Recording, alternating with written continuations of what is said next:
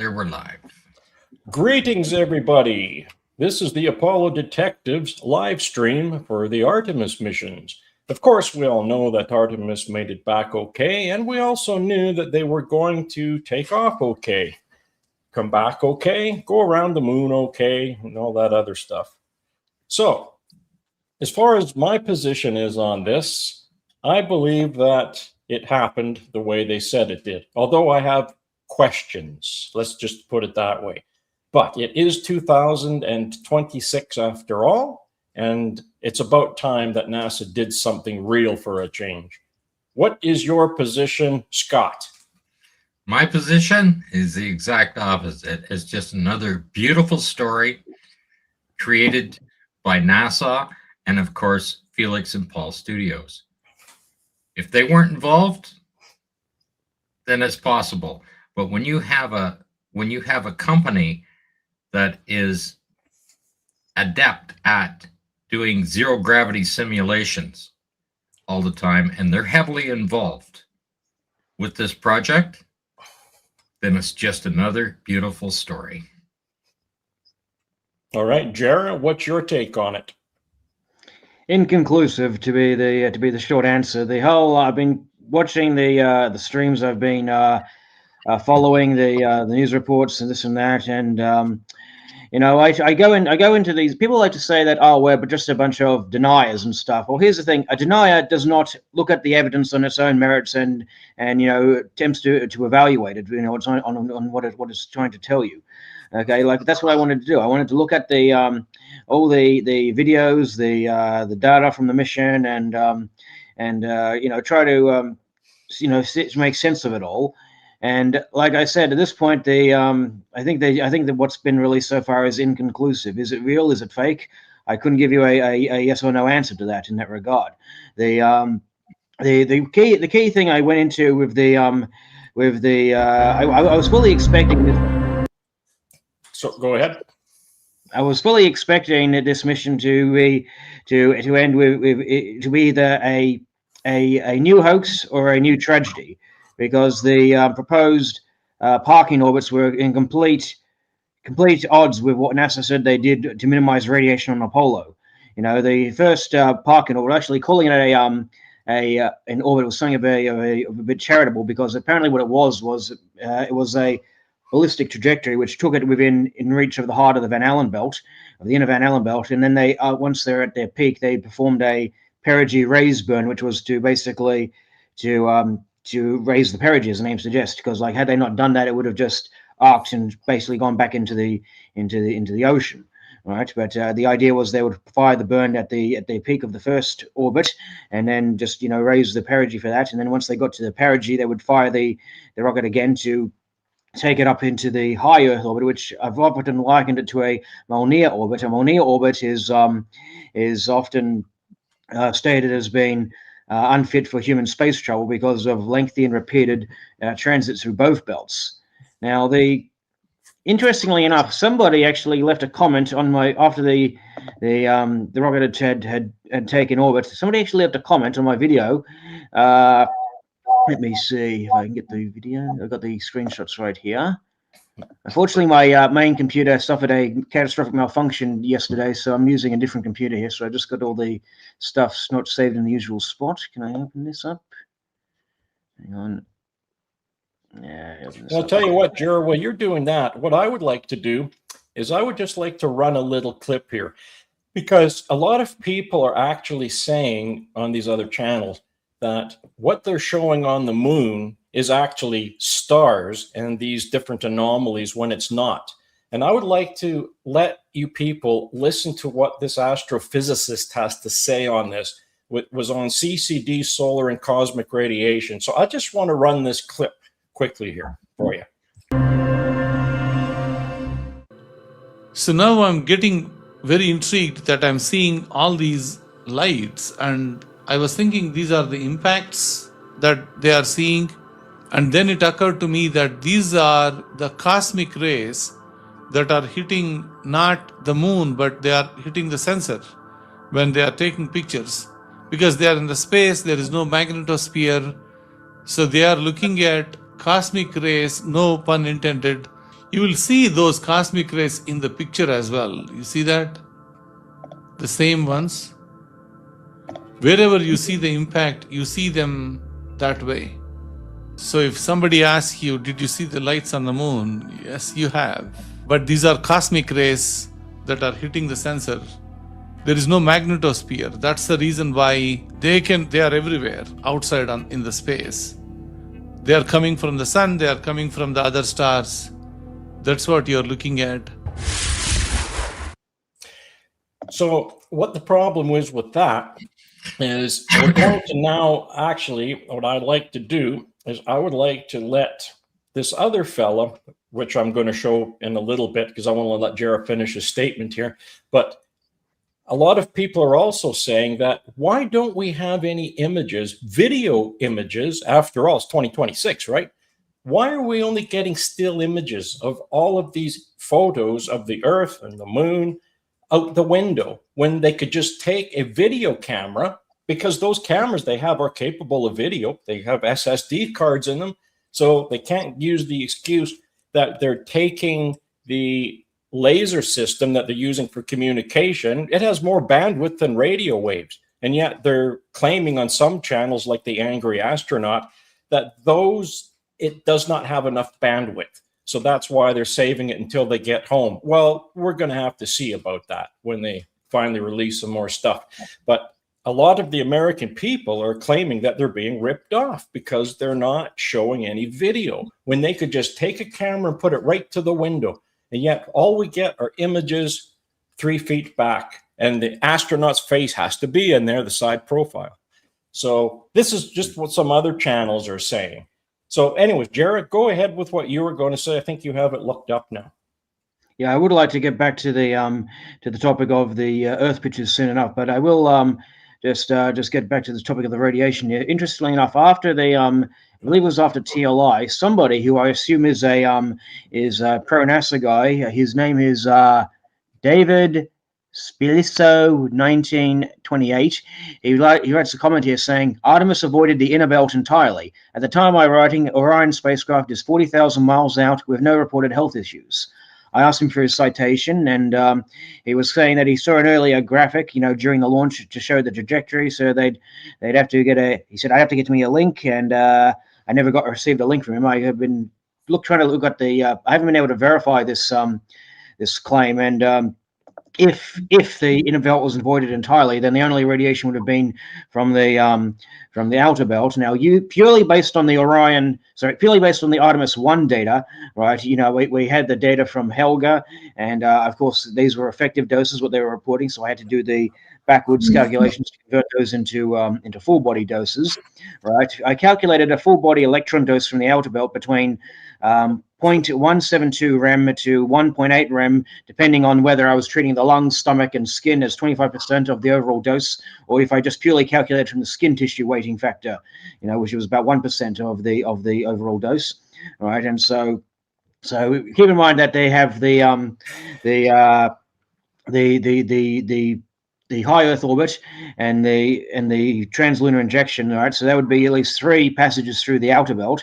I calculated that would be between 0.516 rem and 5.4 rem.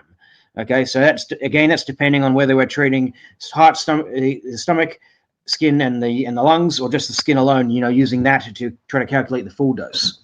All right, so. Just to put that in perspective, 0.5 rem is considered the acceptable yearly limit for radiation workers. People who are working in nuclear power stations and the like, right? The idea is that you should only receive about 0.5 rem a year, and the acceptable lifetime limit is 25 rem, because like that 25 rem is equivalent to 50 years of these 0.5 rem exposures. Okay, and so. Yeah, so should you receive that much sooner in your career, sorry, you're fired. We can't. You're a liability to us now. You can't risk you being exposed to further radiation. So, yeah, good luck to you. But so that's the. I haven't, as I must stress, I have not been able to verify the claim that the inner belt was avoided entirely. And if you think about it, it doesn't seem likely that it would, considering the mentioned apogees. the first one was like 2,200 kilometers. That was put it right into the heart of the inner Van Allen belt, and then of course the next one, as I said, was something like 70,000 kilometers, which would have made multiple trips through the both belts before they finally did TLI. Now, interestingly enough, right, there was in fact, let me get to share this in the chat here, in the private chat. Perhaps you could put it on the screen here. Let me just get this.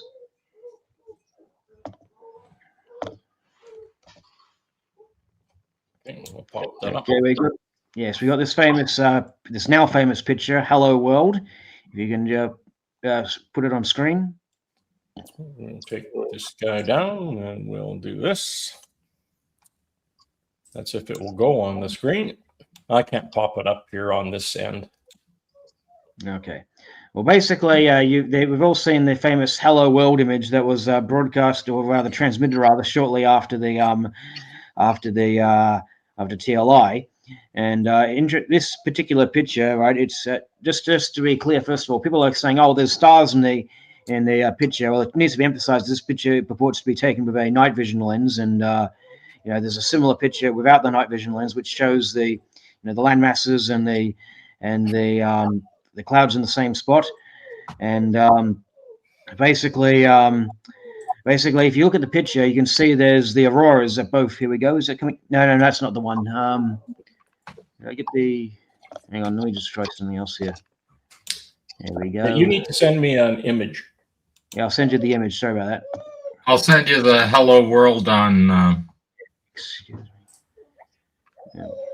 Yeah. I sent it to you on Zoom.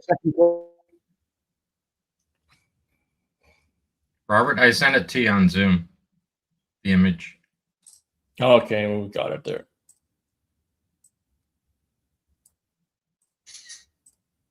Jared completely camera and audio. There he's back. Sorry about that. There was a lot of noise going on around here. Okay. Yeah, so I've sent the Hello World picture in the chat. Hopefully you can bring that one up. Yeah, we'll pop that one in there.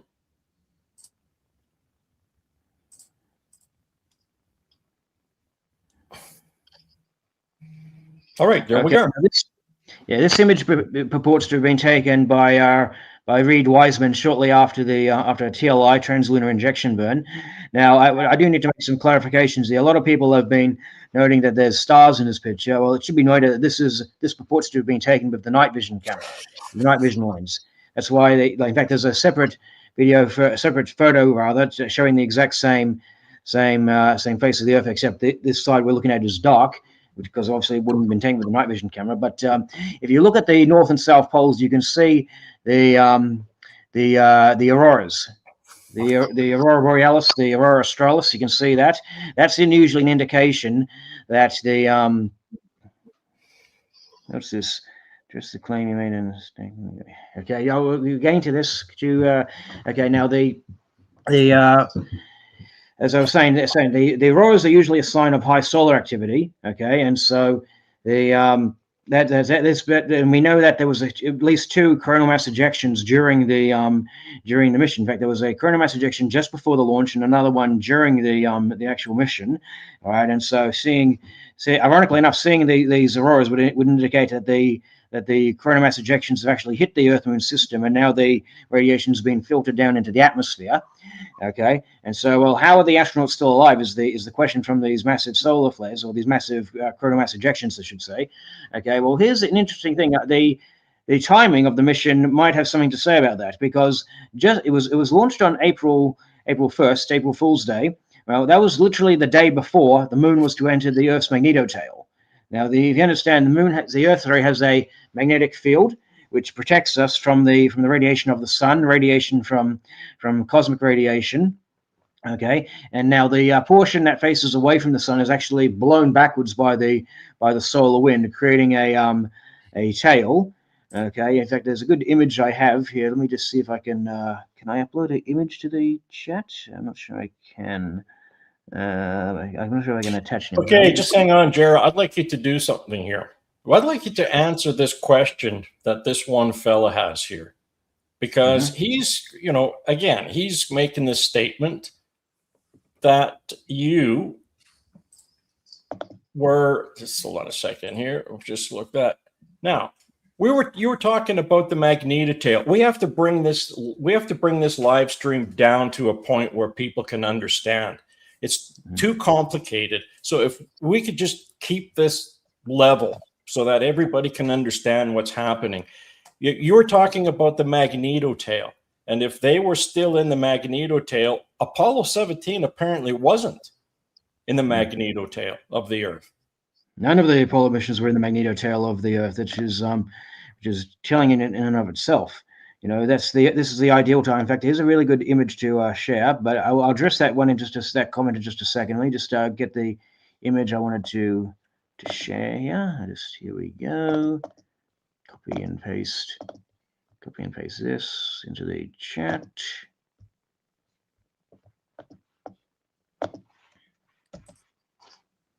Okay, there we go. Okay, just 1 second here. We have to just do a little bit of wizardry to get that out. Can you grab it? Yeah. Okay.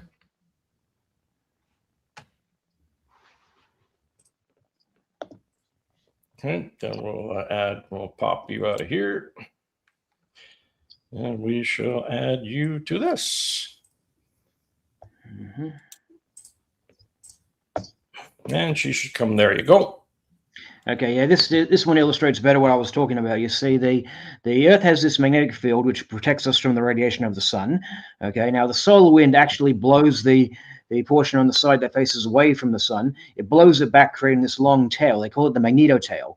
Now, during the full moon, the moon will actually enter this tail, and it will receive the same protection from solar flares as the Earth does. Okay, so had it been launched any other day, they would have been exposed to these kinds of solar flares. This is the fairest shake I can offer the Artemis II crew, in that their mission apparently coincided with the full moon, such that if you actually get the trajectory and plot it on this map, you'll find, okay, the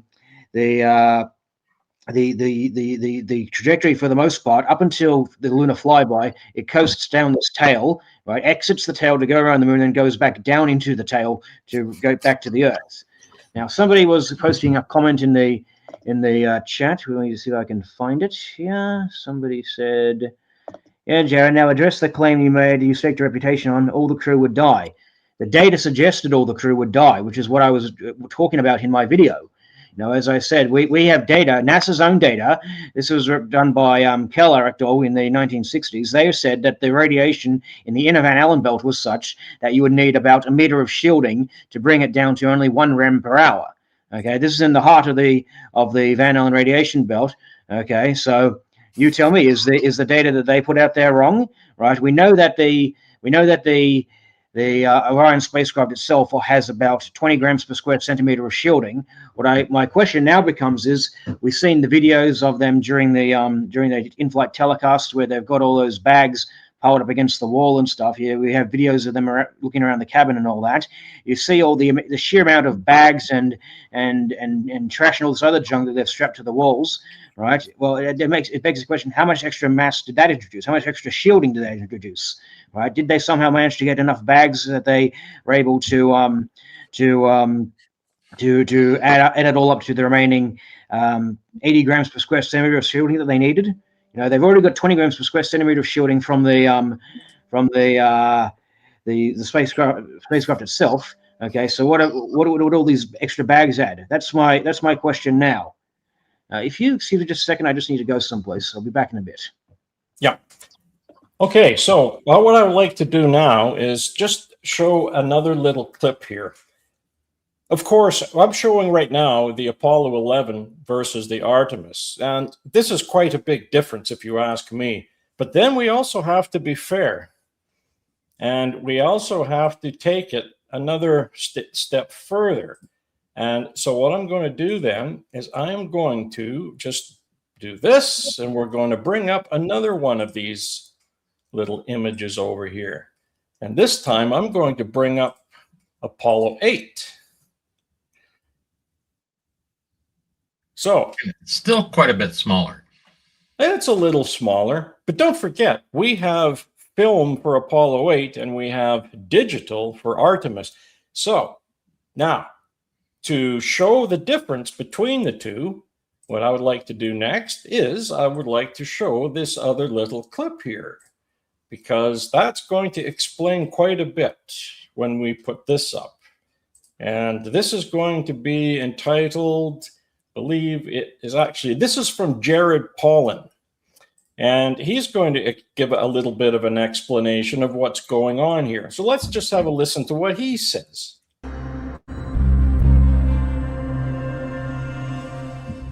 Now, the Artemis II mission is going around the moon, and along the way, it is taking a lot of photos, or the astronauts on board have been trained to take photos, and they've taken Nikon cameras up there. The camera that Artemis 3 will take and Artemis 4 will take to the surface of the moon is going to be a Z9 by Nikon, and we fought pretty hard to get just that camera on board. We'll also have our two Nikon D5s, which are great in low light and great for optical viewing of the lunar surface. They're taking pictures, and it really doesn't matter what they're using.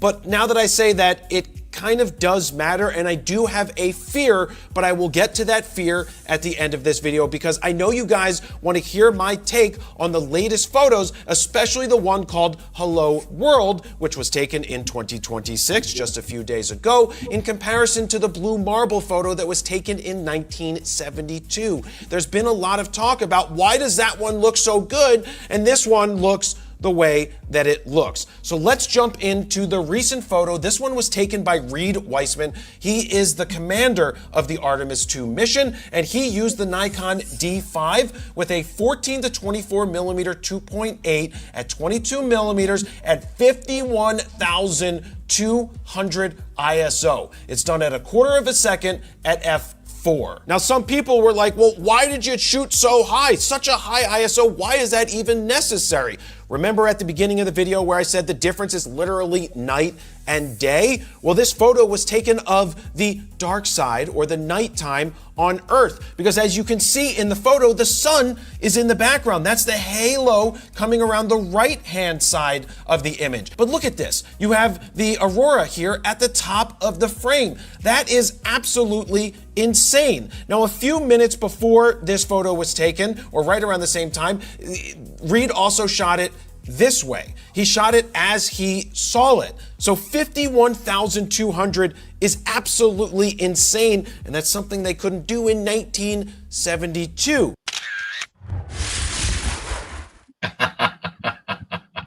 Well, we just had to have our good friend Dave up here, didn't we? Yeah. Because I thought, well, you know, Dave doesn't really know anything about film, and, you know, he gets tangled up once in a while when he puts the film in the camera. It just goes ping. He's never handled film. I don't think so either. What that guy was talking about there with the night vision night vision settings rather, and the non-night vision settings, that's what I was talking about earlier. The point I was trying to make earlier about why some people were asking why is there stars in this particular picture. As he just showed, that particular picture purports to have been taken using a night vision setting. Can you imagine if they turned that camera around and took a shot of the Milky Way? Mm-hmm. As a matter of fact, I think there is the other thing about this is that when you're talking about cameras, film cameras, I believe in the Apollo, most of them were ASA 60 and a little higher. Now, we're talking about, what did he say? ISO 5,000? 51,200. Yeah, of course, you're going to see stars big time. But here's the other problem is if you take something that's bright, it's going to bleed. The stars are not going to be there. So that's why he did those two shots, so that nobody could say anything. You see, that's the reason. I personally, that's what I think, is that would have been the smart thing to do. Well, you should have been able to see any stars around it, though. Yeah. Well, I think at that level with the sun down at the bottom, of course you would. Yeah, I just shared a photo in the private chat. If you want to bring that up, they actually did release some photographs of the stars. I believe this purports to have been taken during the lunar flyby phase. This is a shot of the Milky Way. I can see that in the night sky without anything from here. Well, at least they met Bill Casing's demand to take some pictures of the stars. Yeah, you want to get this up? Yeah, I have to do a little bit of juggling to get it up. But there you are. There's your stars.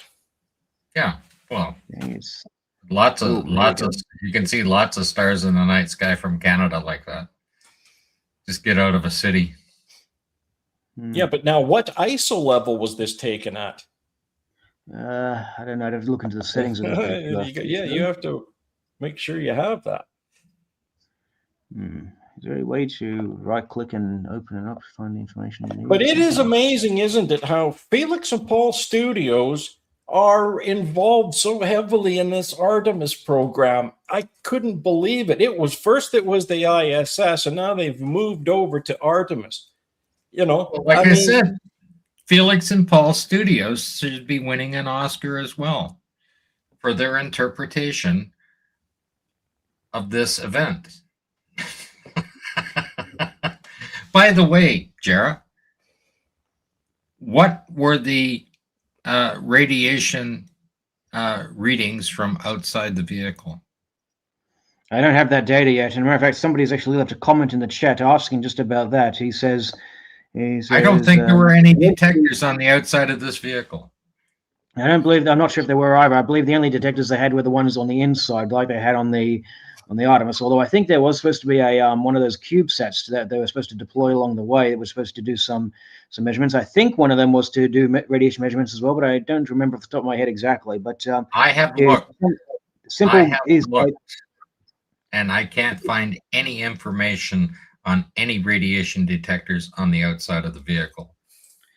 Somebody here in the chat just wrote here, this is the simple gameplay. He says, if they went through the radiation belts, there should be indicators of that after they return to Earth. Well, I'll be interested to see what those dosimeters actually say about those things, because, like as I said, the data that NASA was putting out prior to the Apollo missions, right? And in fact, even today, it's long been stated that they needed to stay out of the heart of the inner Van Allen belt. The propagandists, they gave us a whole song and dance about how the Apollo mission supposedly avoided the heart of the inner belt, except of course when they want to talk about Apollo 14, how they supposedly avoided the heart of the inner belt, right? And yet the first parking orbit would have placed this spacecraft right in the heart of the inner Van Allen belt. You know, so what did they have? This is a legitimate question here, right? Because it's not only does this mean the difference between life and death, it means the difference between real and fake. Okay, did all that stuff they pile up against the walls there, did that offer any additional protection from the radiation? You know, Robert, we were talking about this just the other day, as a matter of fact, about how NASA has made this whole hype about they have these astrorad vests. Well, I was looking it up. Apparently, they decided not to bring the astrorad vests on this particular mission because, quote, the mission was considered too short a duration for there to be any problems from solar flares. You see, now this makes no sense to me, though, because they have all this stuff. This astrorad, it was carbon borite nanotubes. That was the first thing. Now they're going to this astrorad plastic because that's what it's made out of. If you Google it, it's some kind of a plastic material that they're making this out of. But what I don't understand is why Google would say that they placed they placed astrorad protection in some of the panels. I found that really interesting. Why would they say just some of the panels? We're not talking about the panels up where all of the equipment is. We're talking about the panels below where they're supposed to go and hide and throw pajamas all over themselves. I think that's going to help solve this radiation problem. Well, we got one more problem. Yeah, but sure, we've made lighthearted jokes of putting astro dung and astro fluff and astro urine and everything else on there. And where I got that from was from Chris Hadfield, because he has astro toothpaste, astro shampoo. And I thought, well, what the heck? You know, everything's astro, just put astro in front of it. But the thing is that's what they were going to do. But what happened to that? That's gone out the window too, or it's gone into the toilet and out the backside. So well, let's talk about out the window. What about the windows? There's no protection. You can have it in the hull, but if you might as like it's like trying to heat a house in the wintertime with the front door wide open, right? Well, You got windows there, you're getting the full effect coming straight through. Doesn't matter what you put in the walls. Well, let's address the elephant in the room. How did they come back alive then? Yeah, that's the big question I'm trying to answer here. Like on one hand, we've got this one guy claiming that the inner belt was avoided entirely. That seems to be rather dubious, right? The only other option other than avoiding the inner belt would be that they somehow managed to get all this extra shielding from somewhere. How I couldn't tell you. In fact, I would like to address another elephant in the room. People like to bring up the matter of the service module. People like to say, "Oh, you got all the fuel and whatnot in the service module to offer you some shielding that from that particular side of the spacecraft." Well, here's the thing about the Orion, right? Whereas on the Artemis I mission, they made a more direct translunar injection. On the Artemis II, they used the interim cryogenic propulsion stage mostly for those orbital maneuver changes to make it a higher throughput, the perigee maneuver burn and stuff, and then they jettisoned that and they used the service module's engine itself to do the translunar injection burn, right? So there was barely a lot of fuel left in the thing. I think there was only enough there for like one or two mid-course corrections after that. So somebody just noticed they wrote here, what's the problem with the radiation?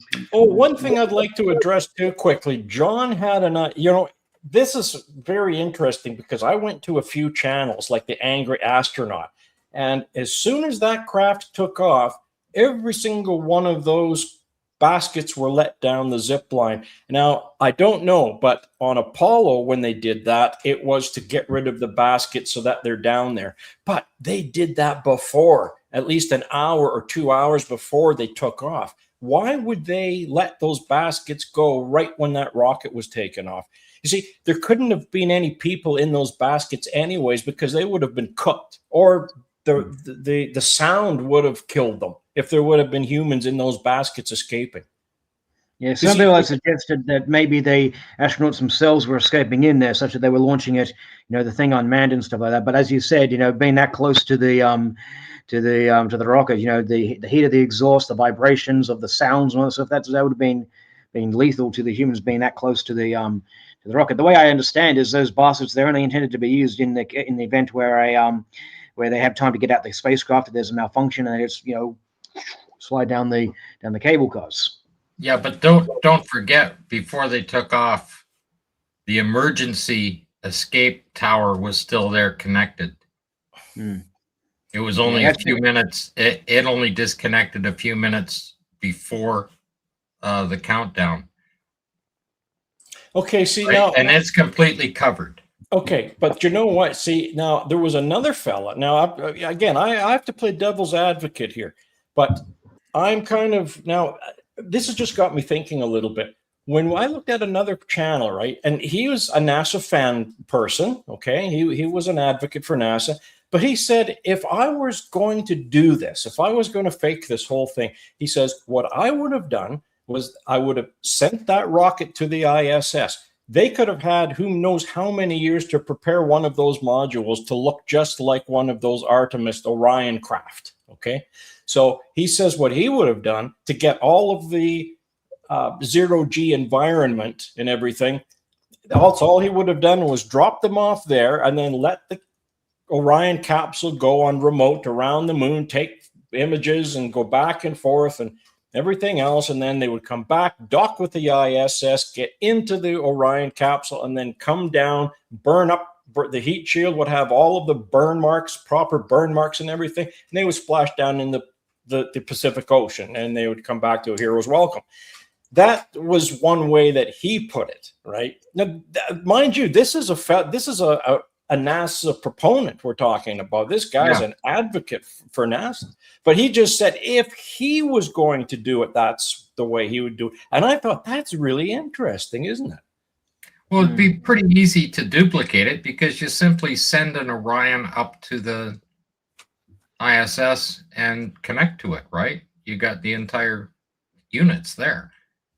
The question, of course, though, becomes what you would need to do to actually get it to the ISS in the first place, because I understand the rocket launched at a inclination of like 29.5 degrees, whereas the ISS is more something like 50 degrees inclined to the equator. So you'd have to do a orbital change. There were various moments during the flyby over the Pacific when there was loss of signal, this and that, where if they were faking this thing, they could have conceivably had the spacecraft rendezvous with a relay probe, which would then carry on the rest of the journey. Like I've advocated this before in the past, how we have the Zonda 5 proof of concept of how the probe was sent around the moon and just relayed cosmonaut voices, and so that's being able to receive signals from there's one guy on YouTube who was posting his own radio recordings of the spacecraft. That doesn't really prove a thing when you consider the fact that we have a proof of concept as to how you would fake such a mission, such that these guys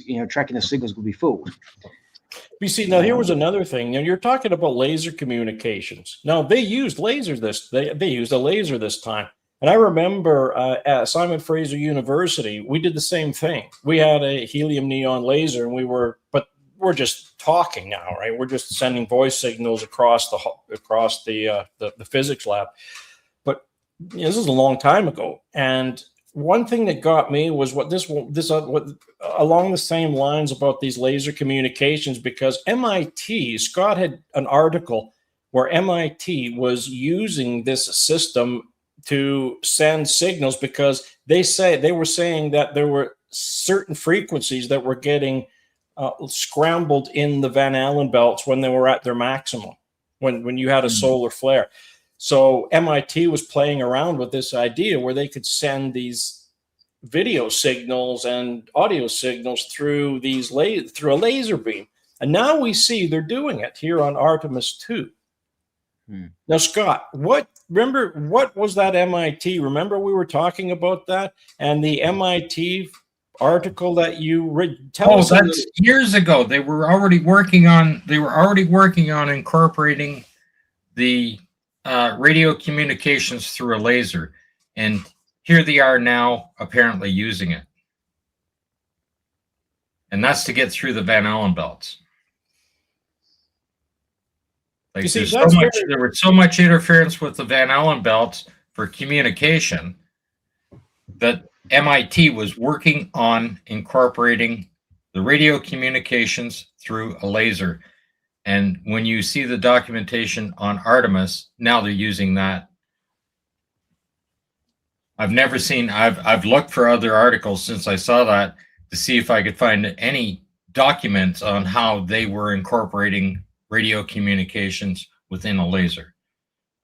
Another thing that I have to note is that, you take people like over the moon, people like this. I don't quite understand fellas like that, because all you do is post insults. If you think posting insults is wise and smart and you're the learned to doing these things, you're not. This is just like Professor Dave. When he goes on there and attacks Bart, he's attacking he's attacking the person. He's not attacking what he is saying. And I see he made another video, with the one with Pierce Morgan. But, and the only thing that I have to say about that is that image that Bart shows with the shadows means nothing. It doesn't. I have talked to one lighting engineer as well, and he sent me CADs of you could do it with one light source, and it's not an electric light. When you're in the movie industry, as long as I have been, as an electrician, they're called Kliegel lights. Okay, that's the name for them. They're 10 kilowatt Kliegel arc lamps, and Kliegel, way back when, was the name of the company that invented these. They made not invented, but they made the fixture, and then the other company made the arc tube. But that's what they are. They're not electric lights. They are 10 kilowatt Kliegel fixtures. You get anywhere near one of those fixtures and your hair is going to catch on fire. Let's just put it that way. So yes, they can light them with one light.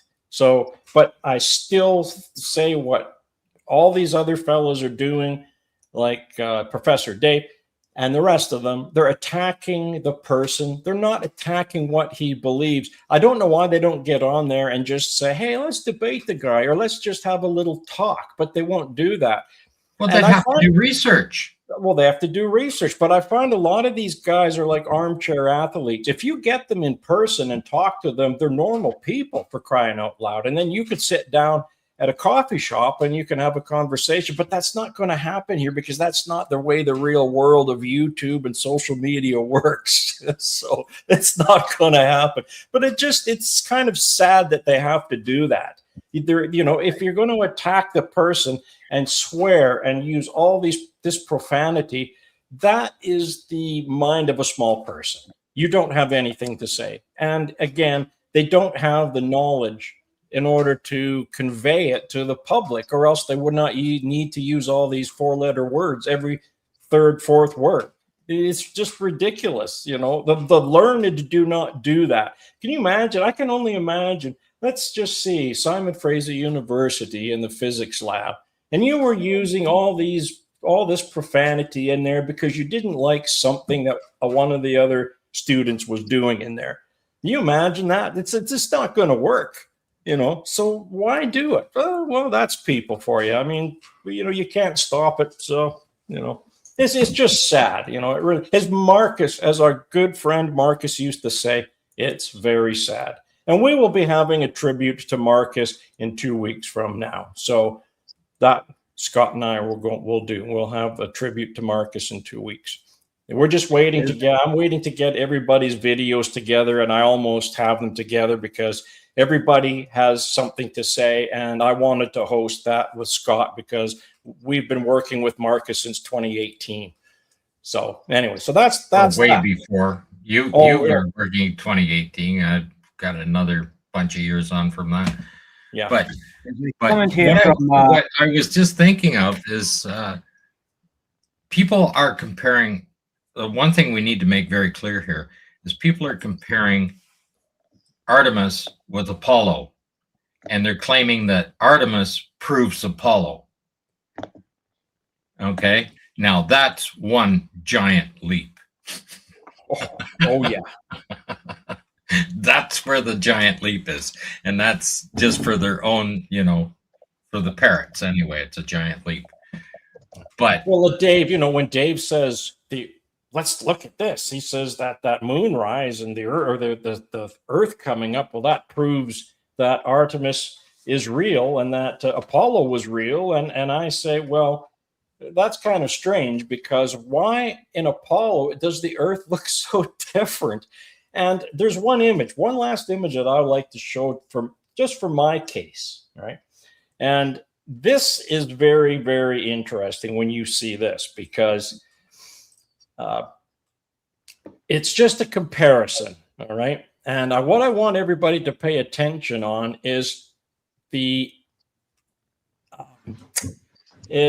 how far away the Earth is, all right? Now, we're going to look at one of them that's actually on the surface. Now, I'd like to get that one up here. I'll pop this one in there first. But this one here, first of all, I'd like to look at. Now, this is the hello world. Let's just take a look at this for a minute, right? Now, I don't really have much of a problem with this because one of these is, I believe it is 148,000 miles out. That's when you have the big Earth, but the small one is 250,000 miles out. So they're at the moon there. The moon is pretty much behind them. But when you get to one of these other comparisons, which I find is interesting, and I'm going to pull that one up, and this is the one that I have the biggest problem with. All right. So I'm going to just pop that one and get rid of him. Right. And then I'm going to pull up this one here, which is going to be the one when we're going to look at the Apollo 17. Well, of course, the famous wet flag over here, but no doubt. This is supposed to be from the lunar surface. This one on Artemis is supposed to be in lunar orbit. Now, tell me, anybody out there, can you see a problem with this? And Dave says that Artemis proves Apollo's real. You've got to be kidding me. This is just one example I'm showing. That's it. I'm just going to show one. That's all I'm going to show. There's many more. And I was fair. And of course, the Apollo 17 image, the moon was a fair bit closer. It was nearly 10,000 miles closer. There is another right. The one on the right is 250,000 miles, and the other one is 240,000 miles. But they're supposed to be on the surface. Why is the Earth so small? There's also another picture from. Let me put this in the private chat. There is a picture from the. Did I get this? No, that's not the right one. Hang on. There's a copy. Robert, it's because man is so great, the Earth becomes small. Well, here's a better picture that puts it into perspective. This is supposed to be taken during the flyby. Now, remember they made a huge hype about this being much further away from the moon than Apollo 13. So if you open this up here, okay, we'll pop that up there. It's that there. I'll just bring them up. That's 3577. We'll pop that up. We need to get rid of this guy. We're going to remove him and bring him up. And that would be, I believe, just waiting for a refresh here. There we go. Yeah, this is a picture from that's supposed to be taken during the Earthrise, just before I think they were calling this one the Earth set rather, but this is basically taken as they're about to fly behind the moon, get loss of signal and stuff. You can see the relative differences between the Earth and the moon. Like people like to bring up things like the Discover pictures, the pictures from Artemis 1 showing the Earth side by side and all that sort of stuff.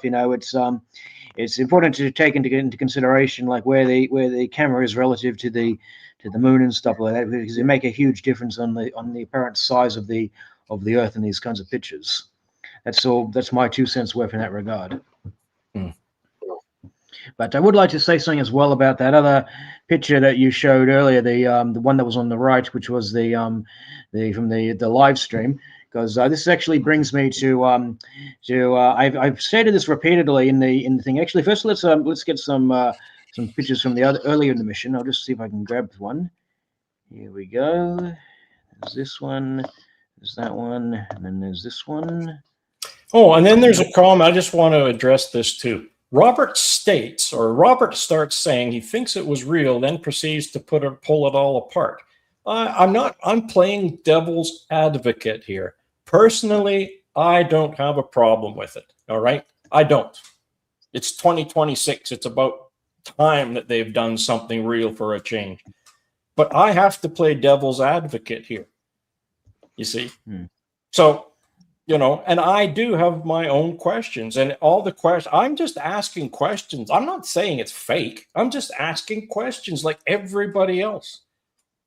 Again, we have this NASA proponent, and he said that that's the way he would do it if he was going to fake it.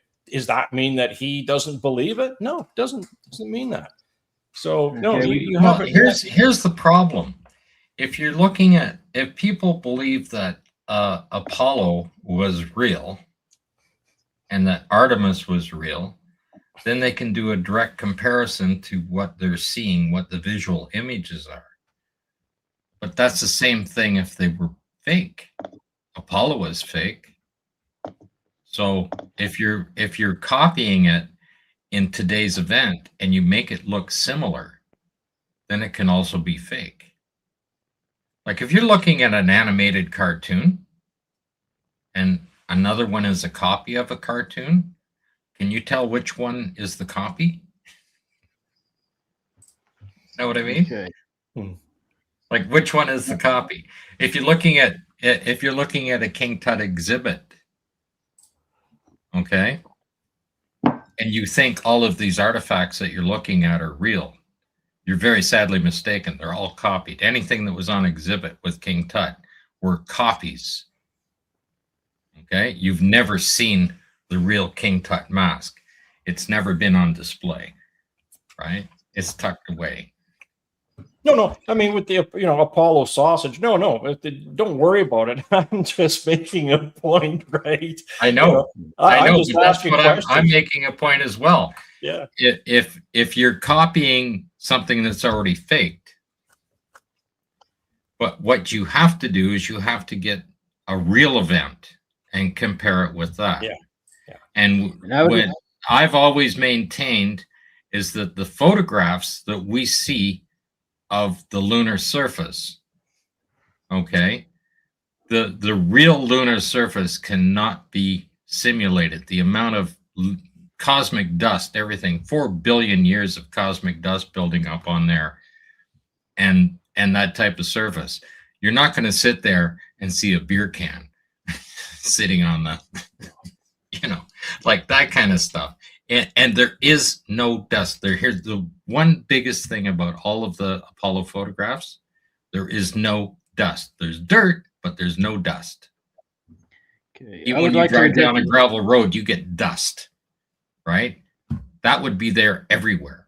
And not only that, they had tires that were just like sieves and would just kick it up like crazy. You don't see any of that. Then you have the fact that you have a photoelectric charge that actually levitates this dust without even it being disturbed. If you disturb it, it's going to stay up there until the sun goes away. Right? Okay. All of those things are documented on NASA's stuff for years. They're talking about this stuff, but it's not apparent in any of their photographs. Okay? Because it can't be simulated. Well, let's take a look at the dark side, the far side of the moon. They were showing on Artemis, and then we were comparing some of those to the Apollo images on the far side when they were going around. Oh my God! That's completely different. Oh, what? Yeah. I would also like to make a point here and stuff like that regarding the whole matter of the radiation. Even if the Artemis is 100% real, right, it would have no bearing on the radiation exposure on Apollo, given the simple fact that the Artemis has the hull alone has 3 times as much shielding as Apollo, right? It supposedly has a storm shelter. I'm doubtful that want much protection. That little cubbyhole they call a shelter module would be what for protection, but it's more than what they had on Apollo at least, right? And then there's all the matter with all those bags that they've been piling everywhere. I would really like to know what kind of extra shielding that introduced to the thing. Now, going back to the topic of the pictures of the Earth. Now, I sent 3 pictures in the chat. These were supposed to have been taken just shortly after TLI. Okay, there's 2 selfies of Reed Wiseman and one of Christina Koch. I hope I'm pronouncing her name. I've heard it pronounced Koch, Cook, all kinds of different ways. I'm not sure what the correct pronunciation is, but if you bring those the last 3 pictures up, they'd be great. You can just go through them one by one if you want. What we'll do is that we can pull those guys up and just have to do a little bit of trickery here because I can't do it that way. So we'll pull them up this way. It's always a way of getting around this. I wonder if she's related to the Koch brothers. Those heavy politically involved guys that did all the documentaries for the History Channel and stuff like that, the Discovery Channel, all those documentaries. Coke and Coke. Oh, yeah. Yeah. She might be related to them. Okay, Jared, there's the first one. Okay, yeah, this is Christina Cook, basically looking back at the Earth. Right, this was supposed to have been taken shortly after translunar injection. There's a couple of Reed Wiseman as well. Now, the point I want to get at here is that I remember when I did my debate with Mike Mullane, he asked me if I was going to believe the Artemis missions when they started flying people aboard, right? And I made an ultimatum very clear. I said, if this mission actually does end up launching, I'm actually honestly surprised they even launched to begin with.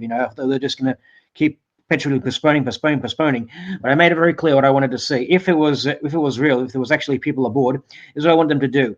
I want them to take some videos of themselves floating about the cabin, and then in the same shot, point the camera at the window, show us the far off Earth outside. Yeah, we got plenty of still pictures like this, right? But for the longest time, they didn't show any corresponding videos. You know, if this was a screenshot, right, from a video, right, that in which we saw the astronauts floating around, there would be no further question to the argument, right? I was waiting and waiting and waiting throughout the entire mission for them to release any sort of picture. They had sent all these pictures back. They sent enough videos to make a parody intro of Full House and stuff. Yet somehow they couldn't find the time to send a corresponding video of this picture that we're seeing right now. You know, they would show themselves. Okay, they're in the cabin. We're floating about the place. We're floating around for far longer than would be possible in the KC-135. We float around. There's no wires. You know, I know what is the limitations of faking zero gravity in films. You know, there's no one size fits all effect for simulating zero gravity, other than, you know, going into space itself and, you know, getting the shots that way, right? Something else, Jared. Did you notice this? This Paul G had a good point here, you know, because when I was listening to, let's just put it this way, the first one, Donald Trump, when the astronauts were talking to President Trump, they were saying, they were talking, and then all of a sudden, because obviously they're angry because he's cut the funding for the space program, so whatever. And then all of a sudden they Reed Weiss goes, Houston, comm check. I'm still here. Instant replies. You know, how did he know? Like, you could go figure that one out. I guess that's the speed of light. I'd have to look at the time delays. I haven't looked at that topic in quite a while, but I'll have another look at the things off. And there was another one too. The first one, when they did the 1 hour broadcast at the very beginning, it was instant answers. They were talking like they were in the next room, and then all of a sudden the delay started coming in, and then it went back to normal. You know, I just thought that was strange, man. Especially when President Trump, when they were talking, 1 minute of dead silence, nothing, right? And I mean nothing. You could hear a pin drop, and then all of a sudden, Houston, comm check, I'm still here. And then, of course, Congress, or I guess whoever's ever in the Oval Room with President Trump, started laughing because you can hear all the laughter in the background. But we're talking like this, instant. I got the impression that the Canadian astronaut felt rather uncomfortable because, like, you look at just, I can't believe I'm making this comparison. You look at perhaps the Nixon speech when he was talking to the Apollo 11 crew, supposedly while they're on the moon and stuff, how a great achievement you've done, how you've united the world, this and that and stuff like that. Whereas when he talks to the Canadian astronaut, he's like he's speaking to it's like he's a lesser one. Oh, you're just a neighbor to us. Oh, yeah, you've been a great neighbor to us. And you can tell he was disturbingly uncomfortable. But I think this is the... Oh, we actually had the Canadian Prime Minister give them a call as well. Okay, now where is that video I was trying to find? I had it. I think this was it. And this Jeremy Hansen, I mean, he just lives next door here. Oh, really? He's from London here. Okay. So okay, he's not that far away. Okay, now if you want to just bring that last pitch you had of the Earth up there, that'd be appreciative. All right, now here's the thing. I made it very clear to in my debate with Mullane that I would like to see a continuous shot showing the astronauts floating about the cabin and the Earth far away. Now, if somebody tells you want to see the Earth, right, what is the first thing that comes to mind? You say, I want to see the Earth. What is the first thing that comes to mind? You want to see movement. Well, that's what a lot of people wanted, and they also wanted video images, and they wanted to see clouds move. Well, I would like to see, the last part is on the money there. You expect to see clouds, you expect to see water, you expect to see land masses, those sorts of things that give it the distinct image. Like if I said I wanted to see Jupiter, you know, I'd want to see the cloud bands. I want to see the red spot. If I said I wanted to see Saturn, you'd think, okay, I want to see the rings. I want to see the yellow cloud streaks, all those sorts of things, you know, right? So then we get to the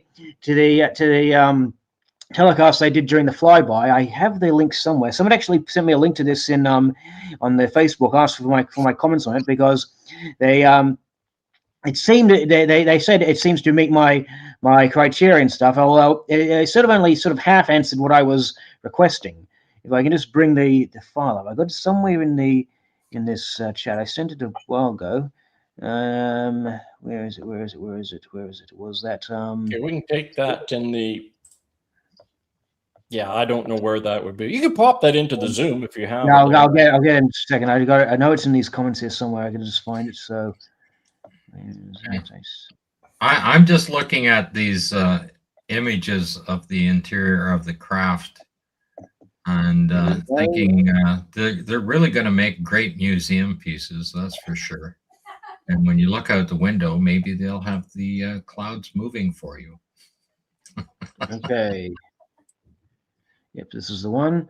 All right, now here's what I was wanting to show. Okay, this is somebody posted this on Reddit. Apparently, this is a clip from one of the in-flight television transmissions.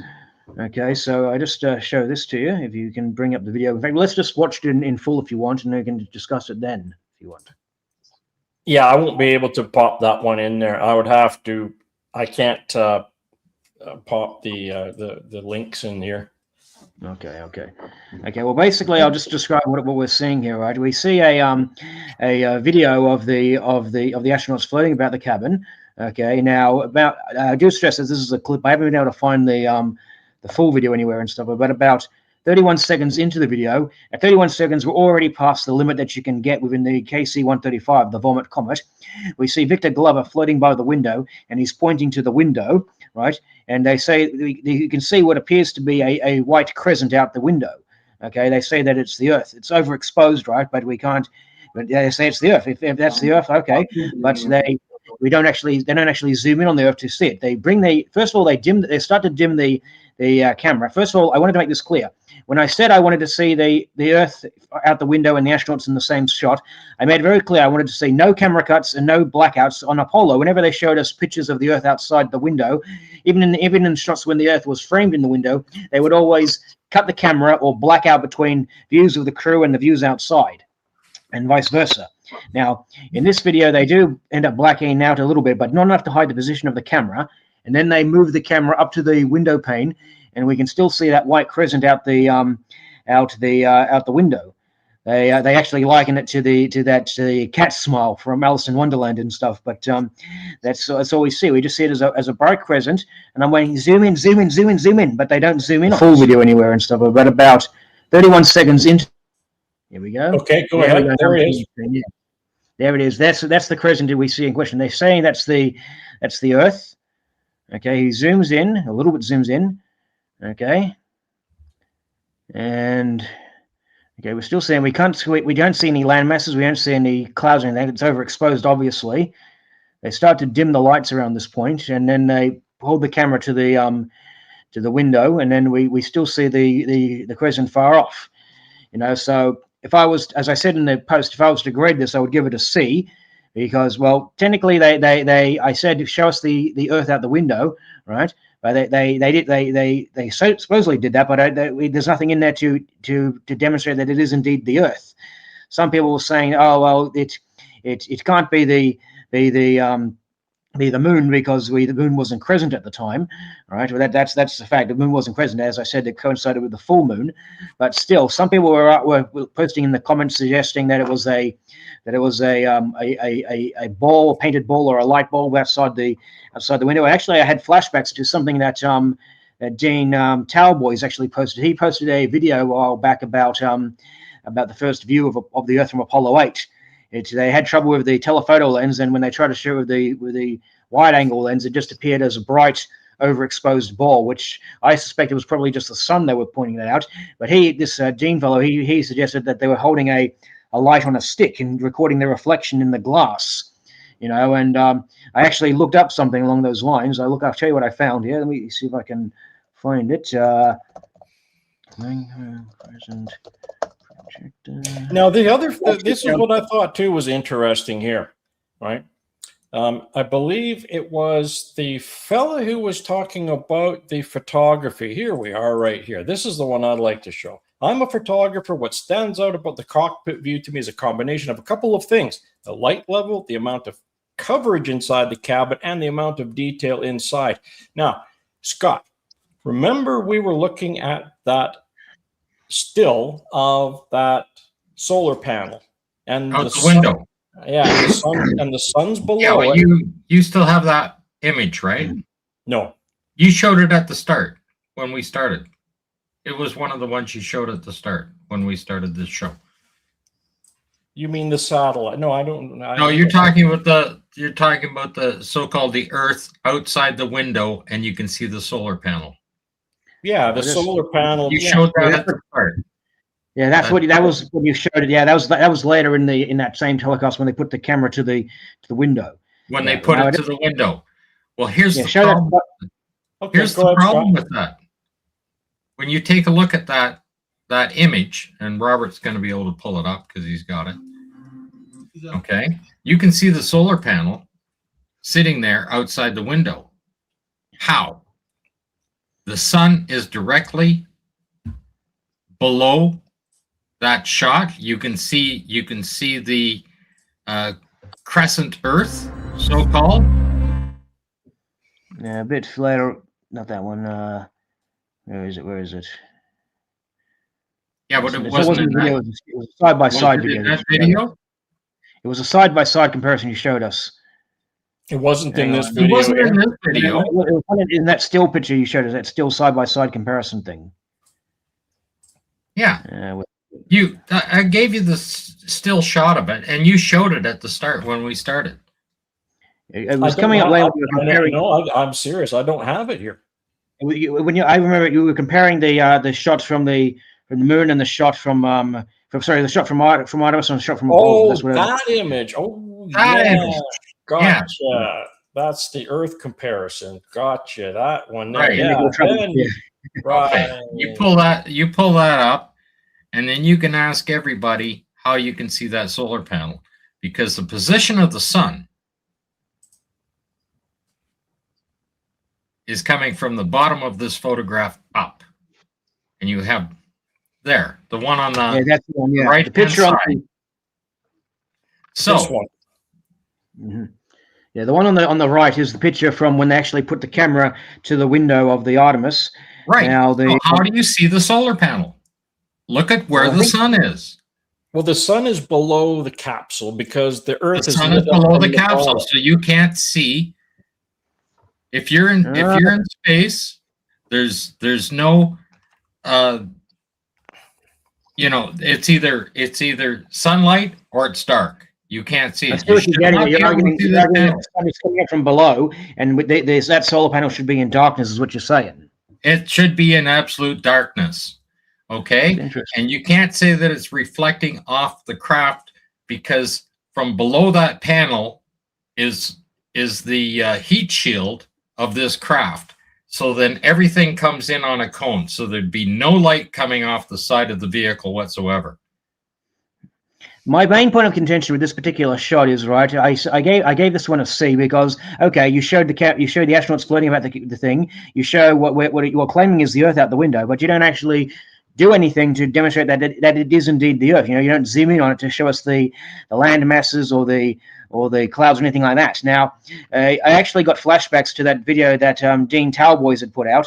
He had, as I said, he made a video arguing that the first view of the Earth from Apollo 8 was just a light ball on a stick reflected in the window. In fact, I was actually just did okay, but he's saying this could be a reflection from the spacecraft. Yeah, but you don't have a reflection from the spacecraft. I'm talking about a reflection from a light, like inside the actual camera. If you actually share the link that I just posted in the chat, I actually found something kind of similar. Which I'm not saying this is the way it was done. I'm not saying this was the way it was done, but it does make me wonder. You see, because if they had just zoomed in, show us the cloud covers, show us the water and everything else, we wouldn't be having this discussion right now. But because all we get is a crescent, overexposed crescent, we don't know what we're looking at.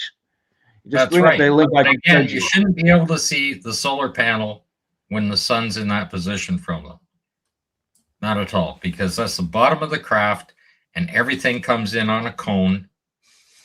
The sun is striking the heat shield on the bottom of the craft from that. I believe just one clarification, though. I believe the solar panels have the ability to sort of reorientate themselves, that's why they're able to get to the pictures of the command capsule from the outside. Yeah, well, that was the same thing when these guys were the position of the sun. Yeah, but remember when they were doing the exercises? The one fella, he's in there, he's doing exercises, and you could see outside the camera's Oh, rocking the back solar and forth. panels are bouncing back and forth. Yeah, but that's because the solar panels have hinges on them, and of course it's going to react to him moving around in there. But then, Jarrah, how come the spacecraft doesn't go off course when he's moving around inside of there? Because they use gyros in the ISS to maneuver that whole space station. I think the Orion capsule itself has some gyros, but I'm not sure. I have to look that up for you. I believe it uses both gyros and thrusters, but I'd have to double check that. But if you just bring up the used for reentry. Okay, well, if you just bring up the picture I sent you, right now, this was when I was actually looked this up when I remembered Dean Talboys' video. Okay, if you actually go to the third image on the bottom there, you click on the little link. See, this is a little micro projector. You can see the little product pictures. There's like 3 pictures there. It has. If you click the one at the bottom there, I can't do that. Well, basically what it is, it's a little projector of a crescent moon. It's a little decorative piece. You see, I believe it's for like Christmas or something for a child's bedroom or something like that. But basically, it projects a crescent moon. And so, I'm not saying this is how it was done, but it made me wonder if this is what they were, if someone was shining one of these at the window when we were getting that shot of the astronauts. Again, had they zoomed in, showed us the Earth far away, we wouldn't be having this conversation, I had one of those when I was a kid. So, like I said, we had those earlier shots when they had the selfies of them like looking at the Earth, completely filling the window and whatnot. Yeah, there we go. You look familiar? You reckon? Yeah. Yeah, that makes me wonder if they were pointing one of those at the window pane when they were getting that shot of the. Imagine it would require a bit of masking, to get it to be blocked here and there by the window panes and sort of stuff. But all the same, because we don't have any videos of them zooming in on this bright crescent to actually demonstrate that it actually is the Earth. Well, so, I mean, NASA could have add to cart, just like anybody else could. Well, yeah, I mean, this is interrupting rerun of I Love Lucy for all of this. Right. So, like Dan the Tube Man here. Here we go with I Love Lucy. What would it be these days? The Simpsons? I don't know. Probably some reality TV show crap or something. I have no idea, but I think most actually, I'll tell you what it probably is and stuff. This is a flashback to things when I was doing my my astrophysics course. Right, we had one course. This is, and I just stress this is 300 level. This is like 3rd year level. Okay, we instead of in the electromagnetism course, rather than doing tutorials the way you would normally do tutorials, like writing the equations on the board, showing you, okay, here's how you solve the equations. They had what was called peer learning, where they would put the students in groups amongst each other, and we would discuss amongst ourselves, here's a set of problems, you have to solve them. Rather than solving the problems, what my so-called peers were more interested in discussing? Pokemon and Star Wars, that's what they were interested in discussing. That's probably what they'd be complaining about, the Artemis interrupting. Pokemon and said it was the 90s. Like, Jesus Christ, mate. These guys are like fresh out of high school and stuff. They're supposed to be my peers. Oh boy. But I digress. So the long and short of it is basically I specifically requested that we see a view outside the window showing the Earth and the astronauts floating about the cabin in the same shot, right? When I said that, I shouldn't have to specify that I want to see the clouds and the land masses and all this sort of stuff. People are like, oh, you're just moving the goalposts now. No, I'm not. If you want to see the Earth, that means you want to see it in all its glory. Show us even in the examples from the Apollo missions when they're showing in-flight television transmissions, supposedly showing the Earth far away. We can see the cloud bands, we can see the water, we can see all those sorts of things, right? But they would always cut the camera or black out before they would show us the astronauts inside the cabin floating about the place. Oh, by the way, yes, Derek 2G here. Yeah, we just talked about that. Amazing, wasn't it? How the astronauts were in there and they were talking away, and then all of a sudden, dead silence for a whole minute, and then Rick Weiss, Houston, comm check. I'm still here, and then all the people in the Oval Office with Trump are all laughing. President Trump are laughing their heads off. I mean, instant replies or what? I don't know how the heck they could have figured that one out, but oh well,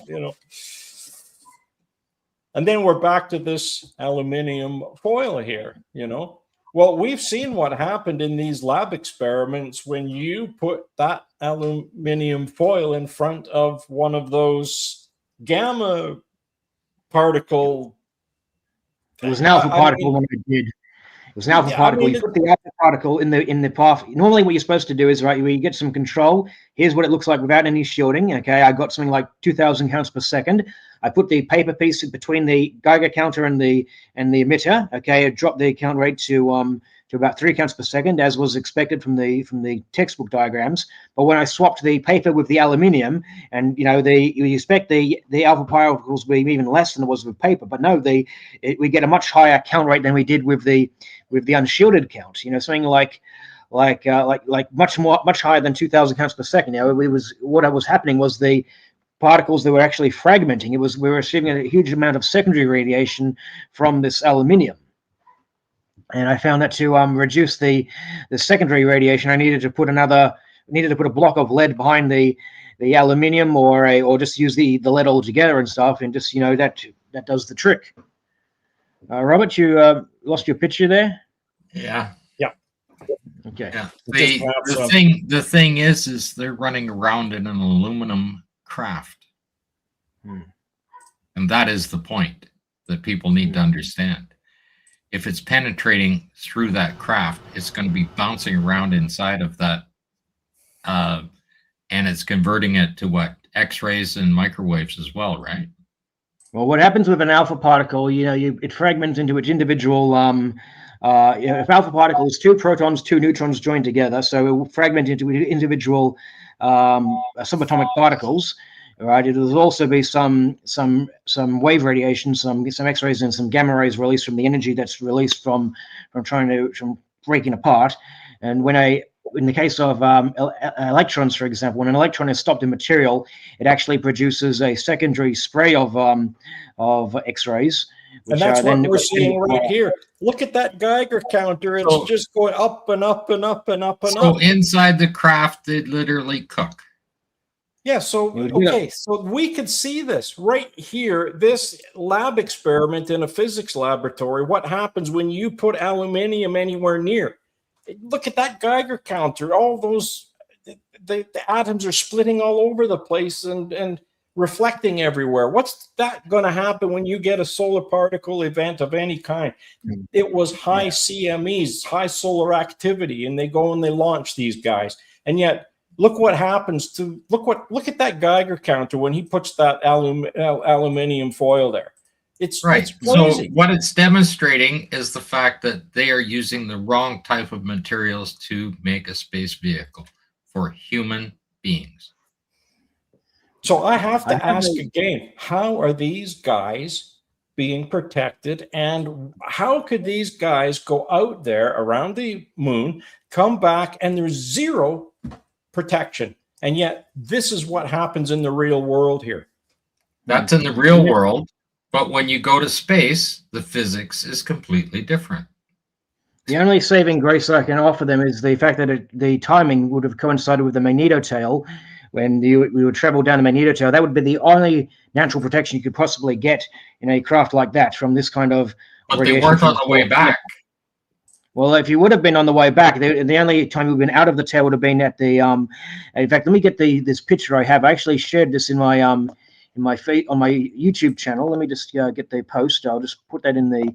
When they started back, they came out of the magnetotail, right? When they first launched, they would have been going down the magnetotail at an angle, right? They would have come out of the magnetotail just at the time when they're supposed to do the flyby, loop around the moon, and then go back into the tail and come back down the rest of the way there. I just sent the post that I made. If you want to bring that up on screen, hopefully you can bring that on screen. Oh, they managed to stay in it all the way back as well? They would, but based on what the trajectory looks like, if you can, I actually overlaid the NASA tracker trajectory app thing with the diagram of the magnetotail. If you just want to bring this up here real quick. Yeah, I have to rephotograph it to put it up. So okay. Well, it's the first image that we can see there. You can see the diagram with the tail. Okay, I'll pop that up right here. So it's going to be 3581. All right, 3581 coming right up in a second. As soon as I can find it here. Where's 3581? Must be over there. We go. Yeah, so what I did was this was taken, I believe, at around what was the date on this thing? I posted that 7 days ago.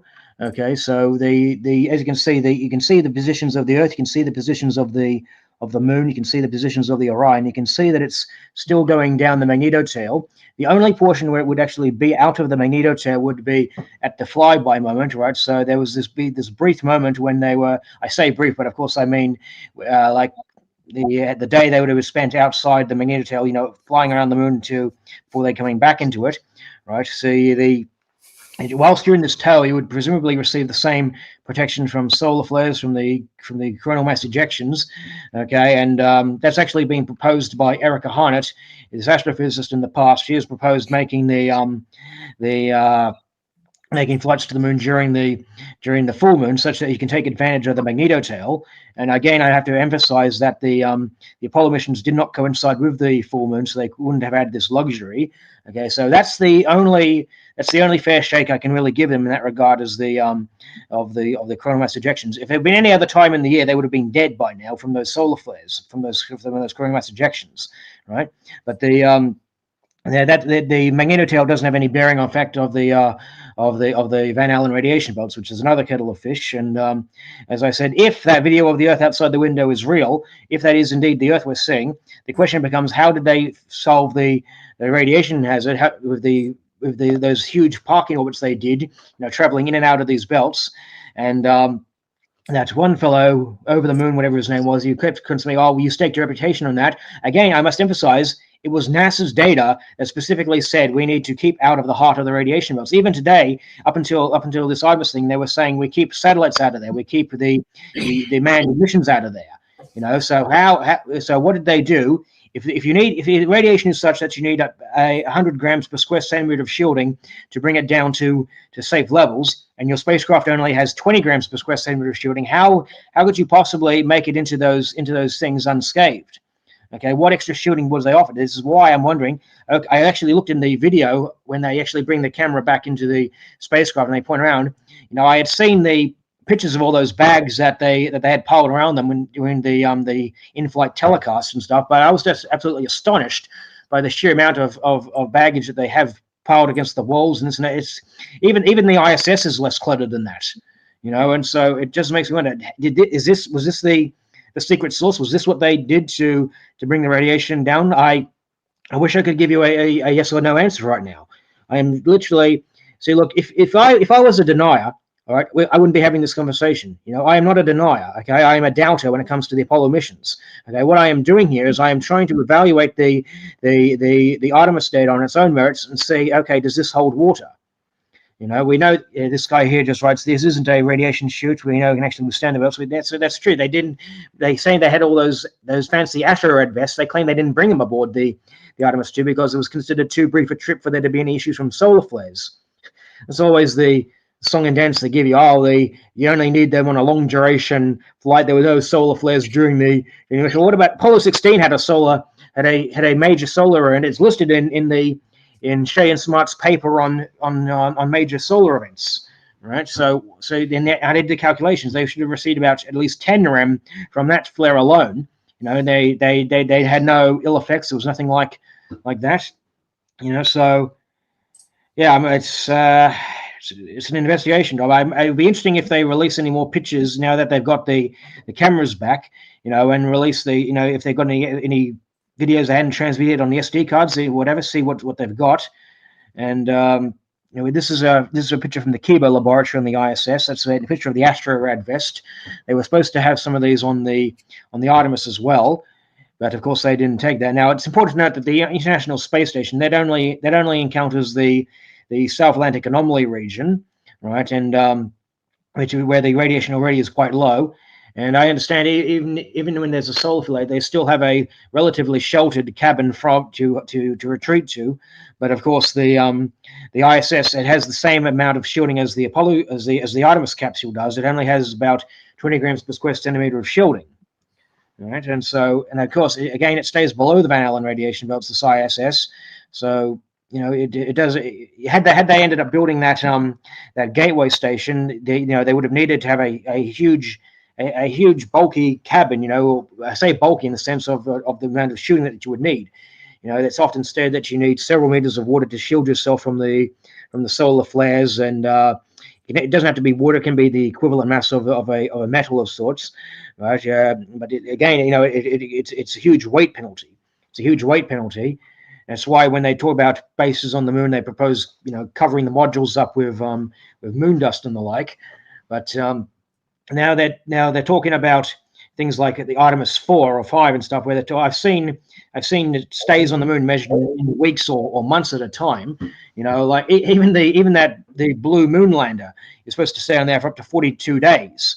Right. Well, that doesn't have a shelter cabin on it. So how are you going to keep yourself shielded on that thing? Are you planning to land a moon-based component there and have it buried under there by robots or something?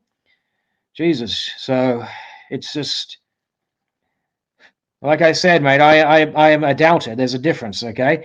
I have retracted claims that have been proven to be wrong. Okay, when mistakes have been made, I have endeavored to have them corrected. Well, you see, this is the whole problem.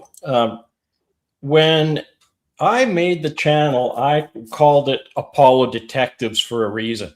We're not right all the time. And people have to understand that. We're asking questions just like the rest of the world is. And when we see something, we bring it to the public. And whether they believe it or not, but that's up to them. We're not forcing or twisting your arm to believe anything. We're just showing you what we are finding, and then we're asking questions, because a lot of this stuff just doesn't make sense. It doesn't add up, especially Apollo. What doesn't make sense? What doesn't make sense? Yeah, Marcus has passed away. Yes. Yeah. Yeah. What doesn't make sense when you're looking at anything to do with Apollo, there is so much disinformation out there now. Okay, compared to like from the original documents on to what's being stated now. Why did they need to make changes to the documents? Why did they need to change history? Okay, why did they have to say that equipment was much more capable, claiming that it only works in space kind of thing, and computers that were autonomous? Come on, you needed a swipe card to go through. I mean, like, people need to understand that a computer, you either had to pull pins out of a wall and stick them in to change the stuff. You had read-only memory that are copper wire, for Christ's sakes, and they did nothing but play like a record player. Okay, and if you wanted to change one, you had to hold the reset button for like 15 seconds before you could put the next read-only memory in, kind of stuff. And people think these things could autonomously correct a vehicle, and that's no different than if you're talking with Voyager. It just suddenly, it burned, the circuit board's burned out on it, and it autonomously rerouted to a different part and fired itself up again. I mean, it's absolute, like, it's one big beautiful story, right? Well, there's a lot of room in there. I mean, isn't it something when you look at the Apollo command module, it sure seemed there was a lot of room in there for those guys to move around. Well, yeah, it gets bigger, and then it gets smaller, and it gets bigger again, and then you see a shot of them going through a 32-inch tunnel between the two vehicles, and then the next shot you can have two guys in there because it's nearly 60 inches wide. I mean, what is it with this toy here, Scott? I don't understand. What is this, the Artemis mascot? That's the zero gravity indicator. Oh, maybe we should. Hey, would anybody be interested in buying these things if we put them out there for sale for $10? Well, I mean, Apollo had Snoopy, right? You know, Oh, like Jared, this is interesting. That's a point. Why? Can you explain to people why, when as soon as it seems like any spacecraft just, doesn't even get to the Kármán line yet, but, they have these space toys in here. And same thing with Russia. Why is it that as soon as they just seem to leave the atmosphere, why does everything float? And yet the engines are still blasting away, and this thing is still moving and moving and going faster and faster, and everybody floats. There's been that's NASA's physics. I mean, when you look at cartoons, and I've said this before, they have certain physics. Cartoons has certain physics. You can run off a cliff, and as long as you don't look down, you keep running. You don't fall until you notice that you're not there, like that you've fallen off the cliff, and when you come to a very quick stop, either your eyeballs fall out and hit the ground or your teeth do, right? And the same when you take off, and of course your legs start running before you start moving in a cartoon. Those are all cartoon physics. NASA has its own physics. And one of the things that started, and this is back with Gemini, as soon as you cross the Kármán line, as soon as you escape the atmosphere. Well, yeah, of course they're falling. We understand that they're falling. I get that, just like an elevator, and the elevator goes down, you're going to be. But when they're still going up, they're floating. They float automatically as soon as they leave the atmosphere. And the atmosphere has nothing to do whether you are in equilibrium with the vehicle or not. Okay?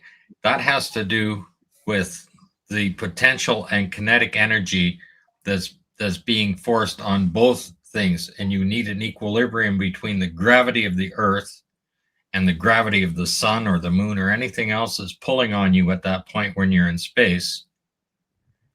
Well, the mass of the vehicle as well. All right, now let's hear Jared's explanation. Well, the floating occurs once the spacecraft reaches a point such that the downward velocity and the forward velocity are the same. Okay, so that could happen whilst the engines are still running. That could happen whilst the engines are turned off. The point is, once you reach that point of equilibrium, that's when things inside will start to free fall. When you're initially launching from Earth, you feel yourself forced into the chair. That's because all you got is the upward acceleration of the rocket. Okay, of course, as you go up into space, flat earthers like to bring this up all the time, but there's a reason why the rocket curves. It's not because it's going into the ocean; it's because it's following the curvature of the Earth. When it goes up there, it's developing its sideward velocity. Okay, so then it eventually gets to a point where the downward velocity and the forward velocity are the same. Okay, and so that could happen while their engine is still running. That could happen once the engine is switched off.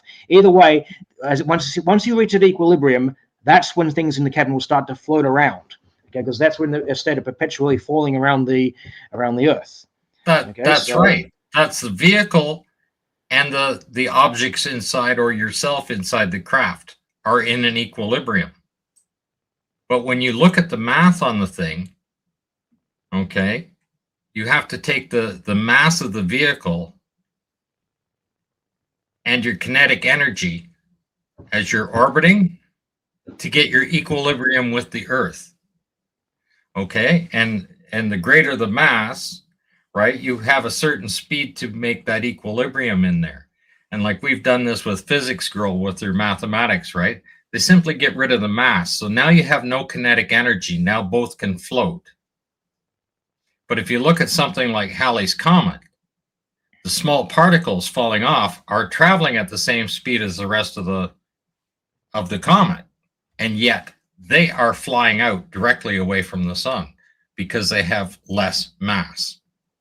So to get an equilibrium, like if you're on the ISS, basically my theory is you'd be standing with your head facing the Earth because you have less mass and you'd be flying out. You're traveling far too fast for your mass with the gravitational pull, right? Because you're in orbit. Like if you take the hammer and the feather drop, right? They're falling because the only thing you have is air resistance, and that's potential energy that you are demonstrating, not kinetic energy. So to get both of these in equilibrium when they're traveling around, okay, you have to have the mass has to be equal. Your mass has to equal the craft that you're in for them to be following the same, to be able to float in there. There's going to be certain times that you're floating, okay, but the way NASA does it, you're still under acceleration on it, and as soon as you cross the Kármán line, boom, you're floating, right? That's NASA physics. That's the same as cartoon physics. Well, I disagree in that regard. Like I said, it will happen as soon as you reach a state of equilibrium.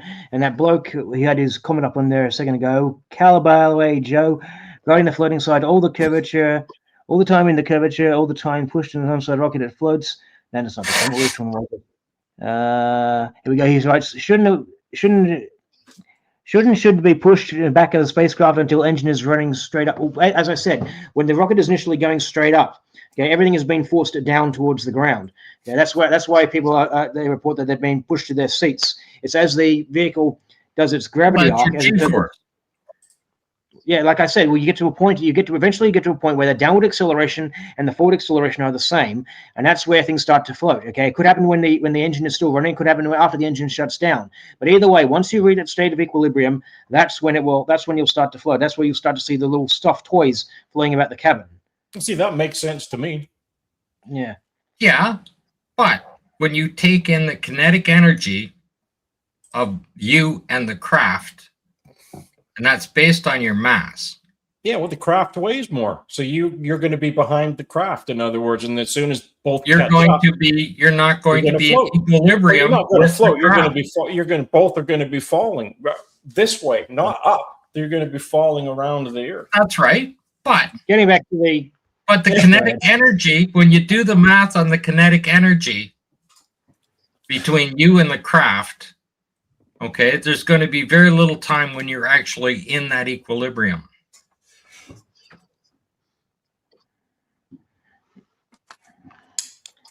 Like I said, physics girl, she just gets rid of the mass on both sides of the equation. Well, physics girl, yeah. Well, so does veritasium, right? Yeah, okay, they all get rid of it because it gets rid of. But they got two masses, okay?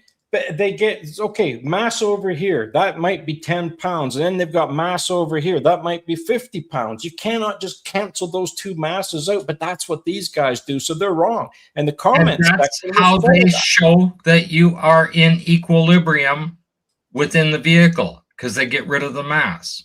Yeah, but you can't get rid of the mass. The difference is the equilibrium has to occur with the kinetic energy, not the potential energy.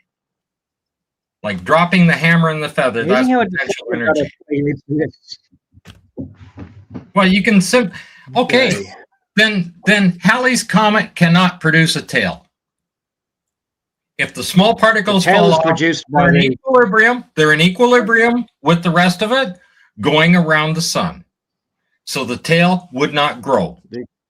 They would not fall away. Well, the tail they would not fall away. The tail is caused by the sublimation of the ices. Yeah, but this ice is melting. Okay, we're getting to a different particle. The ice is melting. The comet is a large mass. The comet is a large mass, and the tail, the small particles falling off of that, okay, they were traveling the same speed on the same arc going around when they broke loose. Okay, they should stay right with it all the way around. Well, hang on a second. We can actually see kinetic energy, but one has less mass, so it flies off, and that's how you create the tail. We can see, and that's we can see the tail. Okay, well, let Jared rebut you now. Yeah, but one you can see that we actually see property there, and the other is NASA's property. All right. I won't be able to do this equation off the top of my head right now, but there is an equation you can actually do to try to calculate. Okay, is this going to leave the gravity well? All particles have what's called thermal velocity, where you can actually calculate, okay, it has this much kinetic energy, and that if it has enough kinetic energy to leave, that's how we know the atmosphere of the Earth doesn't go flying off. That's how we know the any water that's deposited on the moon is not going to last there very long outside the polar region where it's so cold, right? But the same case with the comet. With the comet has almost no gravity, right? It has gravity obviously, but it's very, very insignificant. In fact, we had the Philae lander, which needed cables just to keep it anchored to the surface. Okay, so we know that any water that sublimates there is going to go blasting off into space, and that's what's caused the tail. That's what's caused the tail. We actually can see the tail through telescopes. So I'm not quite sure what you're trying to get at here, Mitch. But anyways, I think we've been. I'm saying is, if that is a fact, that the smaller particles fly off of a comet, okay, because they have less mass, okay. The person inside the ISS has less mass than the ISS because the ISS is 900,000 pounds. Okay. And even if you were outside of the ISS in a spacesuit, let's say you weigh a total of 500 pounds, right? And the kinetic energy is you traveling around. Both of them are on that. It's not potential energy, it's the kinetic energy. Okay, and when you do the math on that, you're going to have two different orbit, like you're going to be in a different orbit or you're going to be at a different speed. You do realize, Scott, you're giving NASA ideas here. Yeah, well, like they all clap, like when they're on the board, here comes Artemis. Oh, she waved, everybody clapped because she waved. Great. Okay. But when you see all of these people like Curious Droid and everybody else and Physics Girl and all that, what do? Because that math will not work out. They will not be in equilibrium as long as they have mass. Well, if they don't have mass, now they act like a photon of light. Simple as that. Because if they don't have any mass, they get rid of the mass. When they impact something, it will have no effect, just like light. But the only reason why, but last but not least, the only reason why I say Physics Girl and Veritasium are wrong is because they are using the mass, two different masses. If the mass was 10 pounds over here and the mass was 10 pounds over here, yeah, you could cancel them. Fine. That's right. Yeah, but the mass over here is 10 pounds and the mass over here is 50 pounds. You can't cancel them out. They're different. Well, you've got a 500-pound astronaut with the suit on and everything outside the ISS, and you've got a 900,000-pound machine. Okay, two different masses. Oh, this is interesting. Did you see Bart Sabrell's interview here saying Google AI determined the Artemis picture was not real and AI generated? What do you guys think? I've seen some of that video. Some of the criteria that it actually listed didn't seem to be relevant to the. He actually sent me the paper that this person had sent him and stuff. I was reading through some of it. Some of it I didn't quite understand, but I generally try to take the AI analyses with a grain of salt, because they generally have a disclaimer at the bottom. AI can make mistakes. Double check this. Double check that. In fact, even when I did towards the end of my astrophysics course, they actually warned us against these sorts of AI generative tools and stuff like that, because they can do. If you're just asking the AI some simple questions like why is the one side of the moon always facing us, or why is the seasons this and that, you do simple questions, it'll give you a pretty straightforward answer and stuff. But when you try to ask it some more complex questions, it has the sort of tendency to break down a bit, and you need to sort of double check as you're going through. But yeah, as I said, I found I had to read through some of what those AI analyses were. I found it interesting and stuff like that, but I haven't been able to verify that just yet. Well, we've been able to talk AI into just about anything, Robert. Take a look at how many times have I asked ChatGPT, were any pocket mice taken on the Apollo missions? Any Apollo missions? How many? I've kept that in my folder, a special folder just for that, because it says no. You know, it's a no. No mice were taken, and no matter how many times I told it, it would not listen to me. And then a week later, they finally changed it. Oh yes, 7 pocket mice were taken. They have their own names and everything. Then I go back a week later and ask it again, and it's telling me the same thing. No, no mice were taken. So make up your mind. Yeah. Yeah, it's just one or the other with if you continue with any of those Chat GPT or anything like that, and you keep saying like I call it a liar half the time. I just go, you're lying to me all the time, right? Oh, And it then cut it you said, off. why do you think so? And I said, because of this. And then they go, oh, well, I guess you're right. I never thought about that. Can you imagine Chat GPT said, I never thought about that? I once Well, asked it to. There were a I few guess it's a videos. We showed that. There were a few videos we showed all that stuff in. All of it. Yeah, just Anyways, hilarious. Jared? I once asked to ChatGPT do a profile on me. Write up a little bio about myself. Right? It said I was born in Perth. I've never set foot in Perth. Where did they get that from? Oh, you should see what it says about Robert Williams. It's the funniest thing I've ever seen. Oh, this should be the thing. I never tried it on myself, but Oh, it's pretty. You're pretty good too. You are a professional photographer, oh right, and right. you It even came up with my webpage. and it even gave you a web page with your picture on it. I had to laugh. Right, you're a photographer for GQ magazine. I just thought you would like to know that, because that's what AI said, and I had to laugh my head off. Gentleman's Quarterly. You're that. What? Since when does Scott?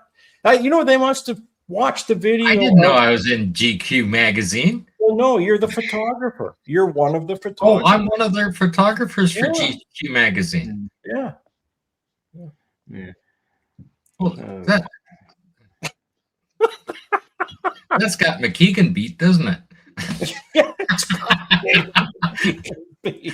I'm a professional photographer. Listen, I give Dave credit. He does excellent work with his digital cameras. That guy knows his stuff, and he takes excellent video, hands down, right? He knows what he's doing. But when it comes to film, no, because he's never worked with it. Well, at least he's never shown that he's worked with it, right? Oh, actually, on the live No, stream, he admitted that he hadn't. yeah, that's right. On the live stream, he just said he didn't work with it. He looked some information up about it, and that's as far as it went. But he didn't do a deep dive. Most people don't know film's made from cowhides. That's where it's made from. Without cowhides, you don't have film. I remember when they Without Can you imagine how they invented film like that? Like they're working around in a lab, and somehow they got a hold of a piece of plastic and they dropped some guts from a cow on it, and something happened, and then it made a picture out of it.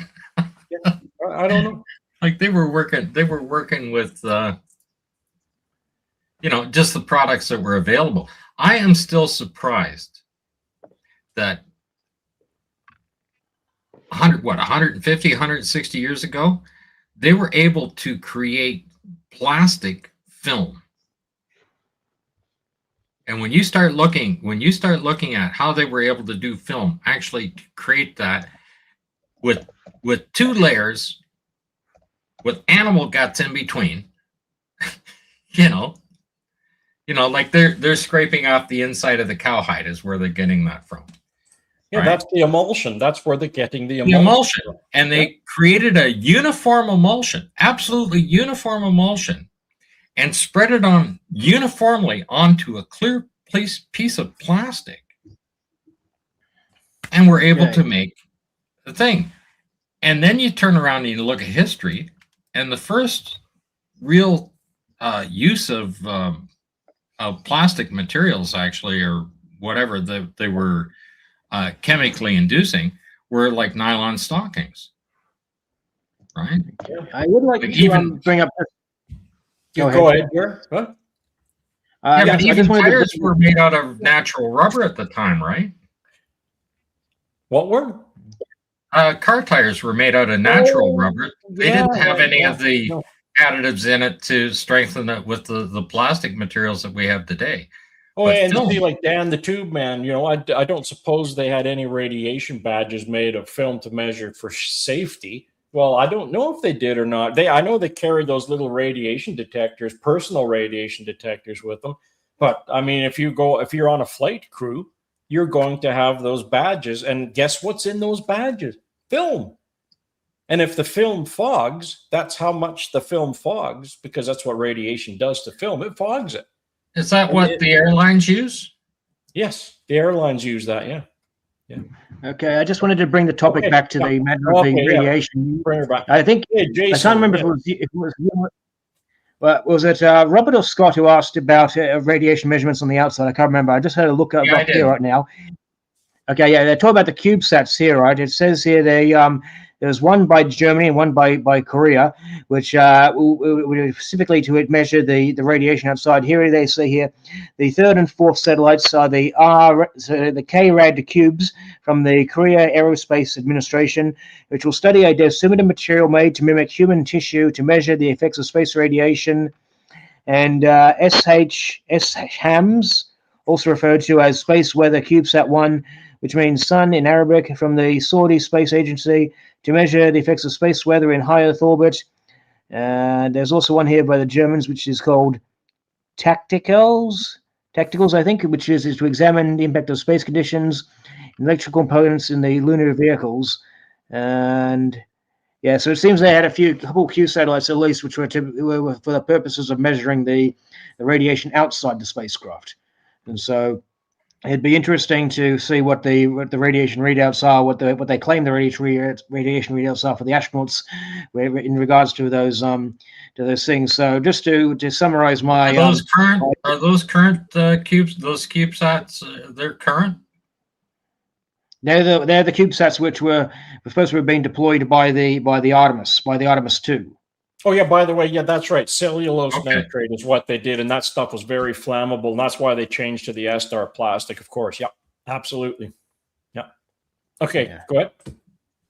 Yeah, okay, so we got this Tactiles space probe. We got this K-RAD cube satellite, and SHAMS, or S, how you pronounce it. Basically, these things are to measure the radiation environment outside the spacecraft. And of course, NASA, they said that they had many of the same radiation detectors they had aboard Artemis 1 flying on Artemis 2. So it'd be interesting to see what they claim, considering what they claimed they were going to do in those parking orbits are complete odds with what NASA says they did on Apollo to minimize radiation exposure. I remember Dave McKeegan actually published a video about these trajectories through the radiation belts. He was citing Van Allen's letter attraction, where he says an astronaut would need to remain in the Van Allen radiation belt for a week to receive a fatal dose of radiation. I call bullshit on that, because I looked up the actual here's the coordinates for a perfectly equatorial orbit, which is what Van Allen was citing in his retraction, right? And I plugged in the coordinates for the most intense region, and I calculated something like 250 rem per hour at that altitude, okay, from 10 mega electron volts alone, okay. And so, obviously you got the radiation from the higher energy protons, 50, 100, etc., etc. It's all going to add up, and so the idea that they would need to stay there for a week to receive this kind of radiation is ludicrous. So the question talking about what, 12 hours would kill them? Well, 250 rem in an hour. That's enough to cause life-threatening illnesses. Enough to cause for 1 hour. Radiation side effects. For 1 hour. That's per hour. That's per hour. Yeah, I got so to know. if they stayed in for an hour, they're already in serious trouble. If you're in there for an hour, in the heart of the Van Allen belt for an hour, you're already in a lot of trouble. Now, I actually wanted to watch the live stream, because they had a little tracker thing to try to see where's the spacecraft at this given time, how long it's going to be up there. Unfortunately, I just relocated, and we were out with electricity, so I wasn't able to do the tracking. I'm hoping I can find maybe somebody posted a replay of that somewhere and stuff, because the website doesn't seem to be working now, but obviously because the thing has landed. But it'd be interesting to try to calculate, okay, were they actually in the radiation belt? Like some guys claim that they avoided it entirely, avoided the inner belt entirely, right? Which doesn't seem to be likely. Right? And if they were in the radiation belt, if they were in the inner belt, what did they do to bring this thing down to safe levels? NASA's own data, going back to that over the moon guy, he keeps saying, oh, I staked my reputation on this. Again, this is what NASA's data was saying. Okay, I can only work with what NASA's data was saying. They specifically they gave us all this data about the inner belt, the inner belt being this forbidden region for manned space vehicles. Okay, and then now they want to talk. Now they're talking about flying the Artemis crew into there during the first orbit, at least twice during the second orbit. Okay, and then of course again during translunar injection. Okay, so what's Artemis' excuse? What did they do to bring the radiation down to safe levels if the craft only has 20 grams per square centimeter of shielding? Okay, and so again, going back to that video again, I had requested that we see video of the astronauts floating about the cabin and showing the Earth far away. The video of the Earth that they gave us left much to be desired, is that it's very unverifiable. And I'm looking at this as a in a case by case basis. You know, looking at, okay, can we make this work? We already know that they were within the magnetotail, supposedly within the magnetotail during much of the mission, so we can rule out the probability of the being killed by the solar flares, right? But the Van Allen belts is still an issue that remains.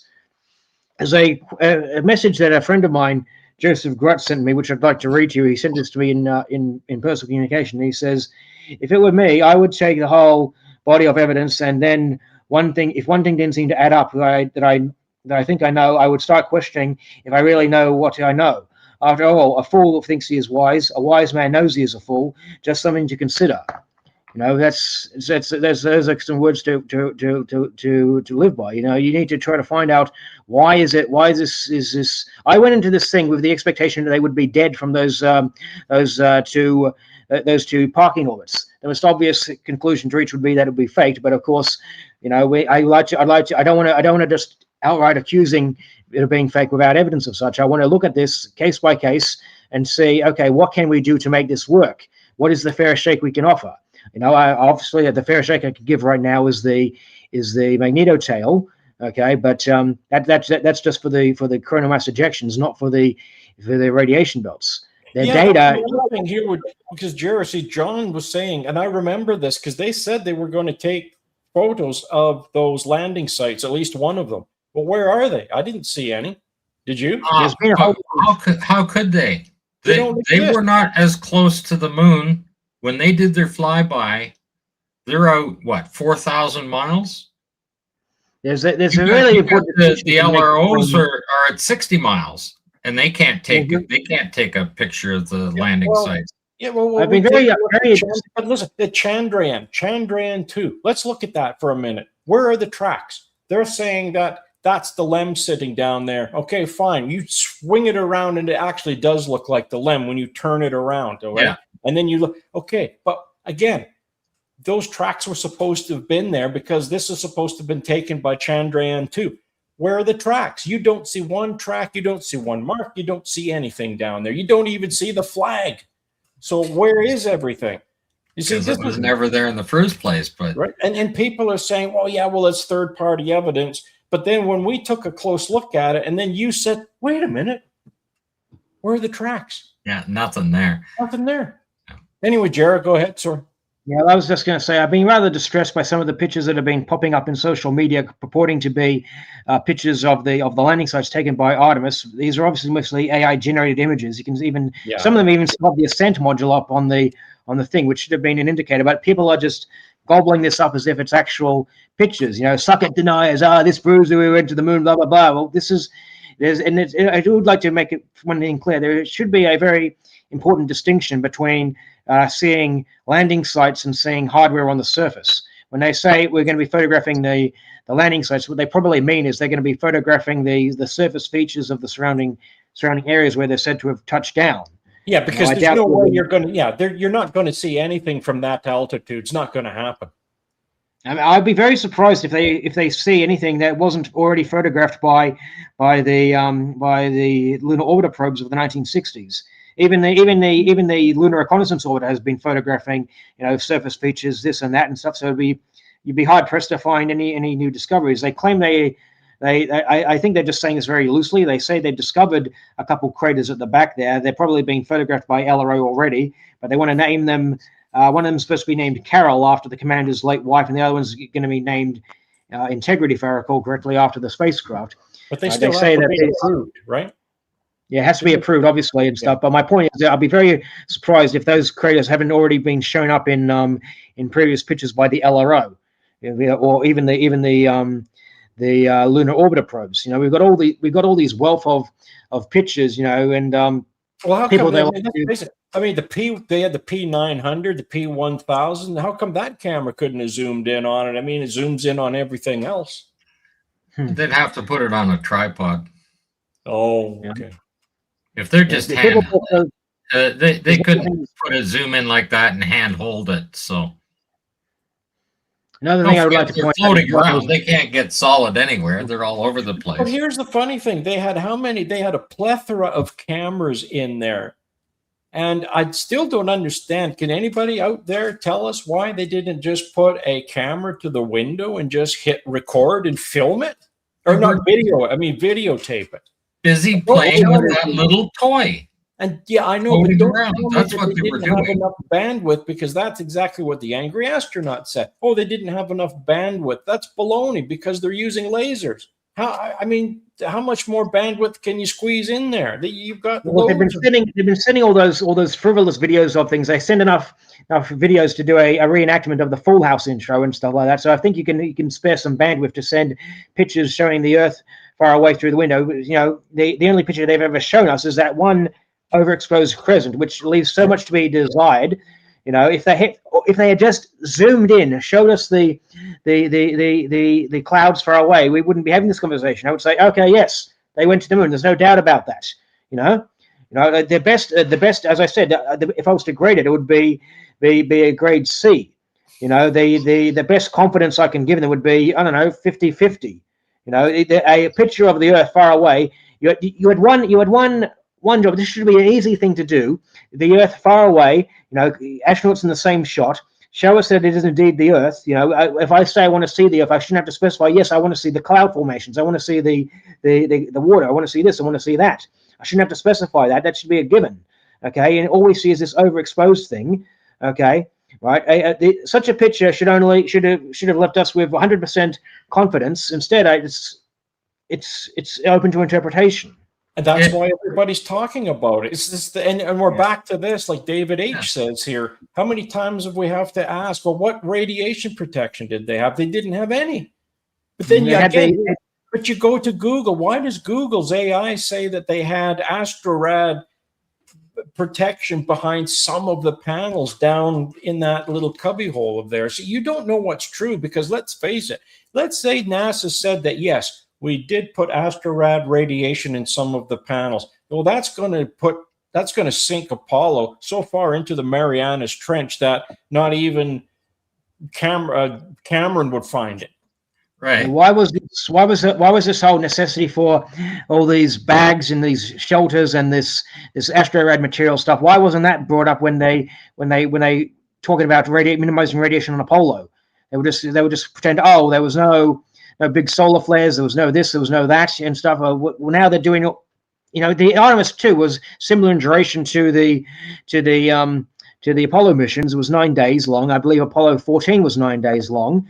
Okay, and you know, they talk about, oh, we did a whole simulation of bunkering from a solar storm shelter, and like we put all these things up on the walls. We did this, we did that. Okay, well, why wasn't that not done on Apollo? You know, and again, what extra shielding are all these bags offering? That's what I want to know. Well, did they do it? Did they take their urine? I want to know what's in the bags. They just seem to be sitting there the whole time unused. So yeah. like they're just sitting there. I have no idea. It's just I mean, whoever wrote the storyboard for this, like Apollo had its definite storyboards. We got the cue cards, we got everything in the story plan there.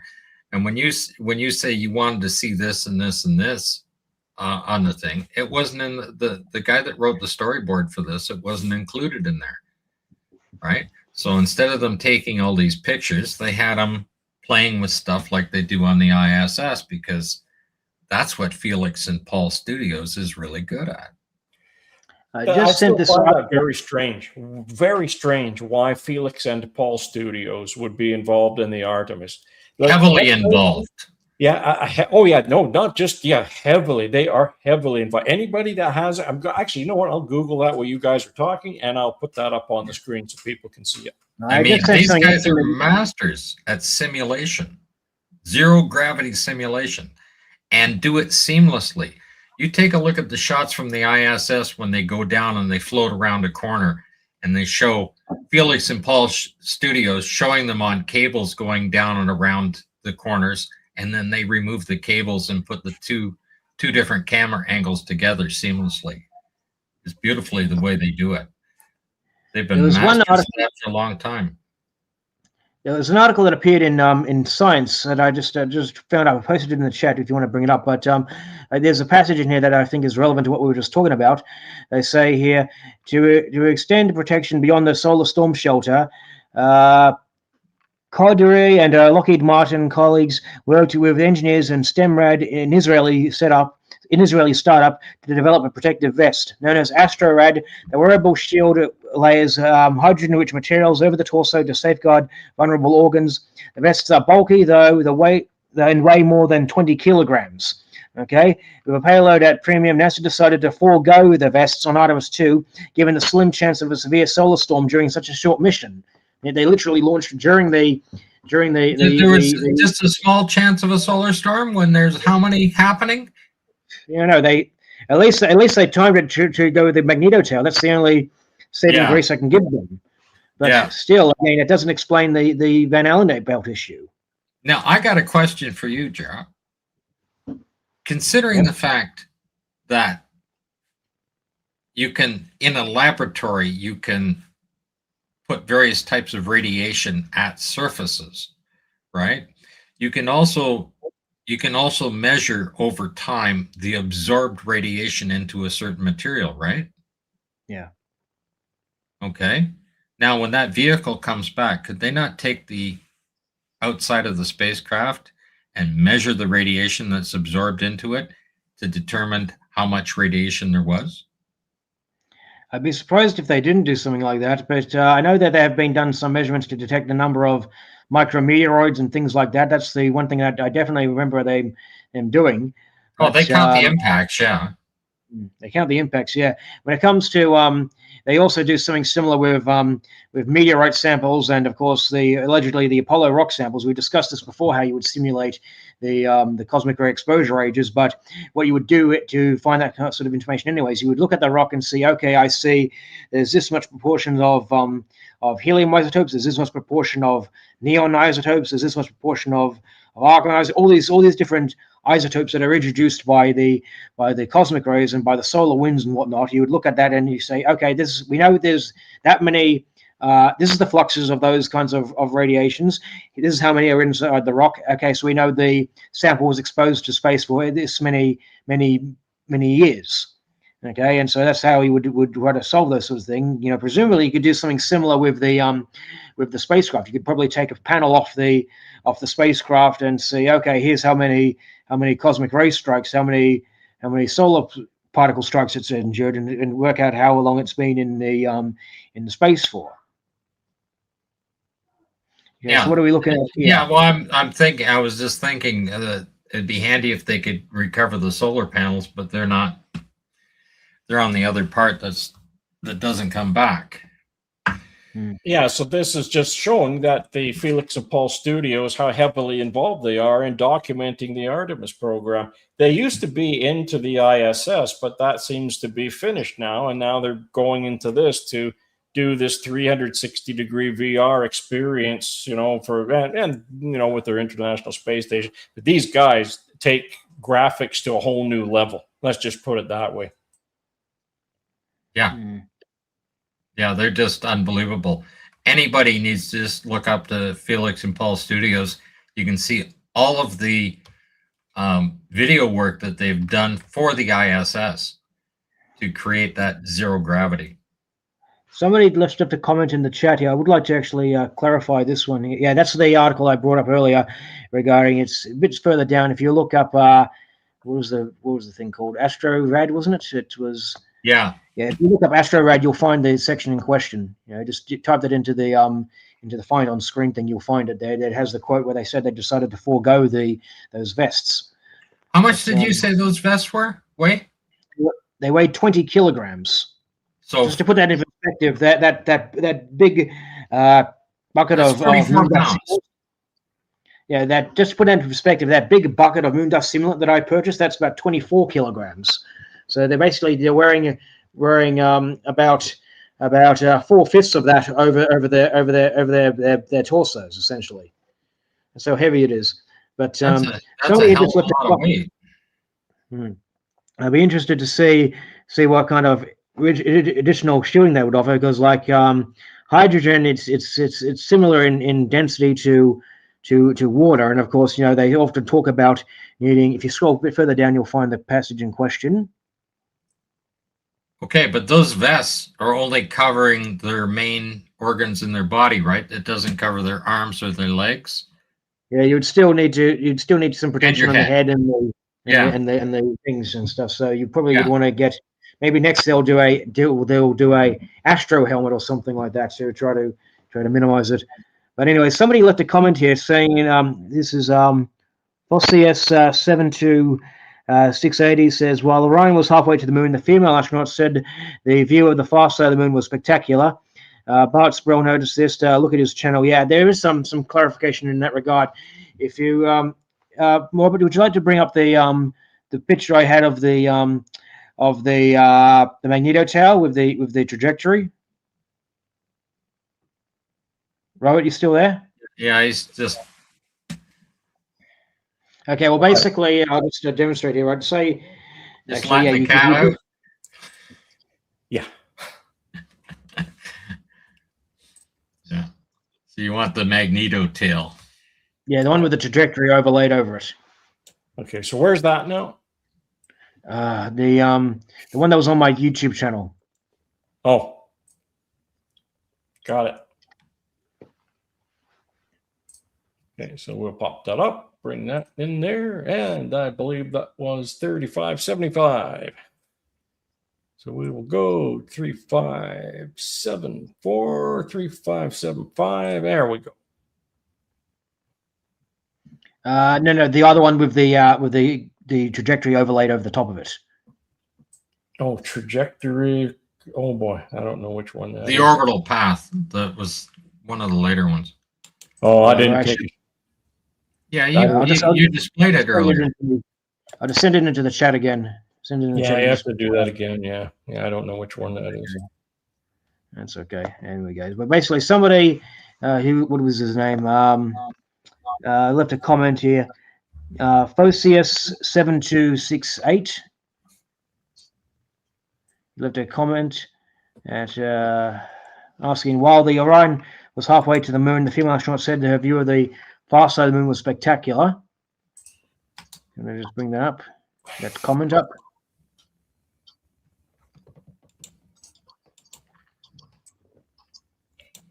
Okay, just hang on a second. We got to get that and get that up.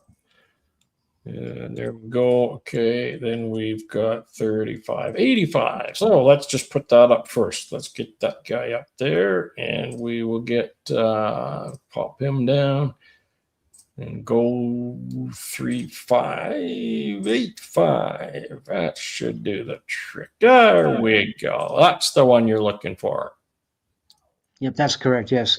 Now you can, as you can see, there's the Earth in the center. There is the Orion capsule, basically going towards the southeast corner of the screen. Okay, and you can just sort of see where the position of the moon is. It's sort of overlaid with the data down the bottom. But basically, the idea is that the Orion spacecraft would be going towards the moon's orbit, with the moon approaching from its right. Okay, so somebody actually asked a question here. The Orion spacecraft was halfway.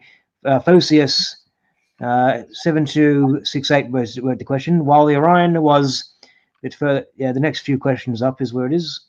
While the Orion spacecraft was halfway to the moon, female astronaut said her view of the far side was spectacular.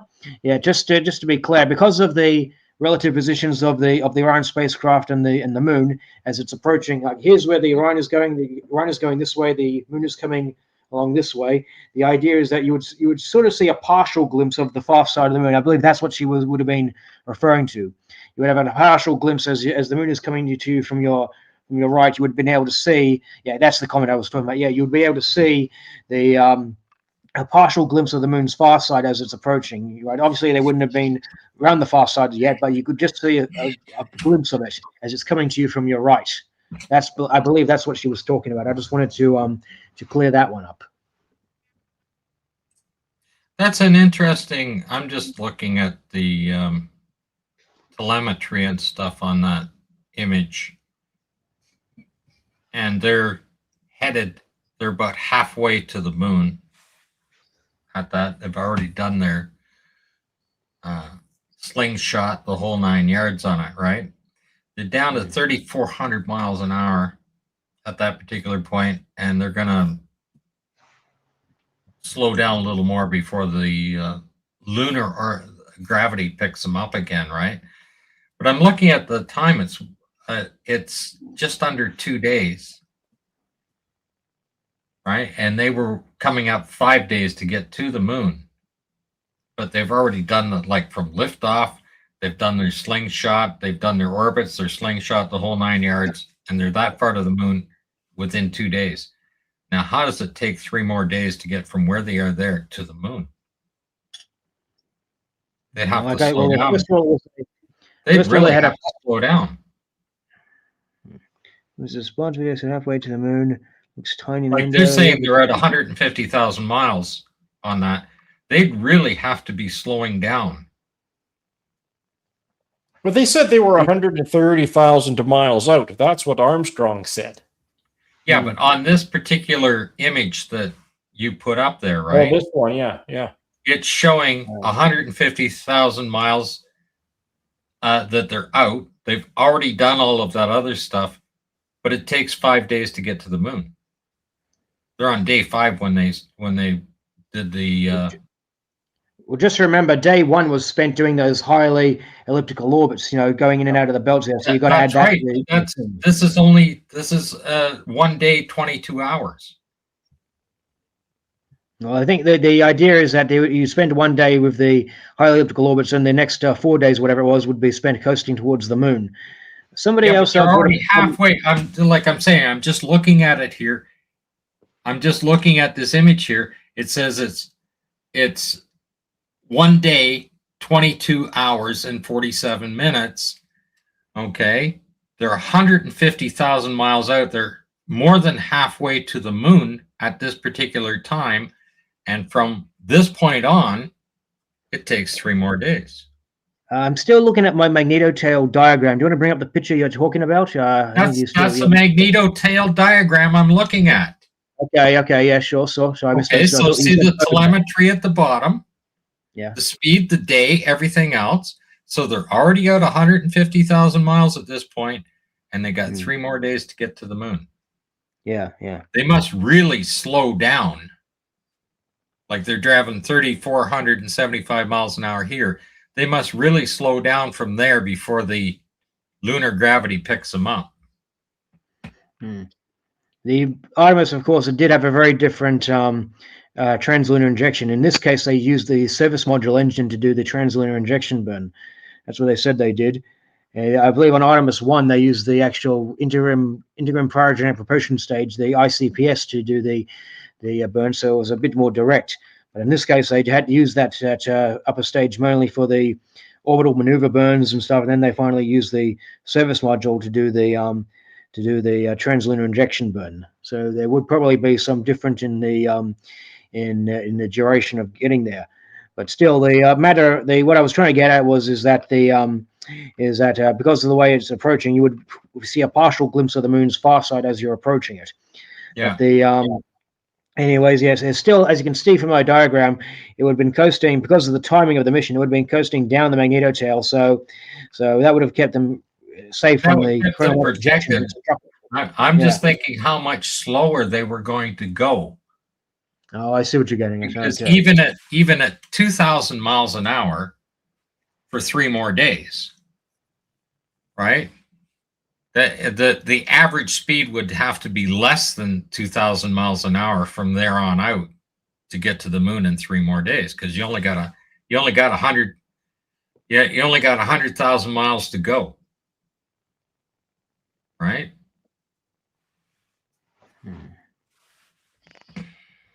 So, but you're traveling at 1,200 miles an hour. Yeah, it Average says something like speed. that there. From there It on says in out, it's an average speed of 1,200. They must come down to almost nearly stop before the lunar gravity picks them up again.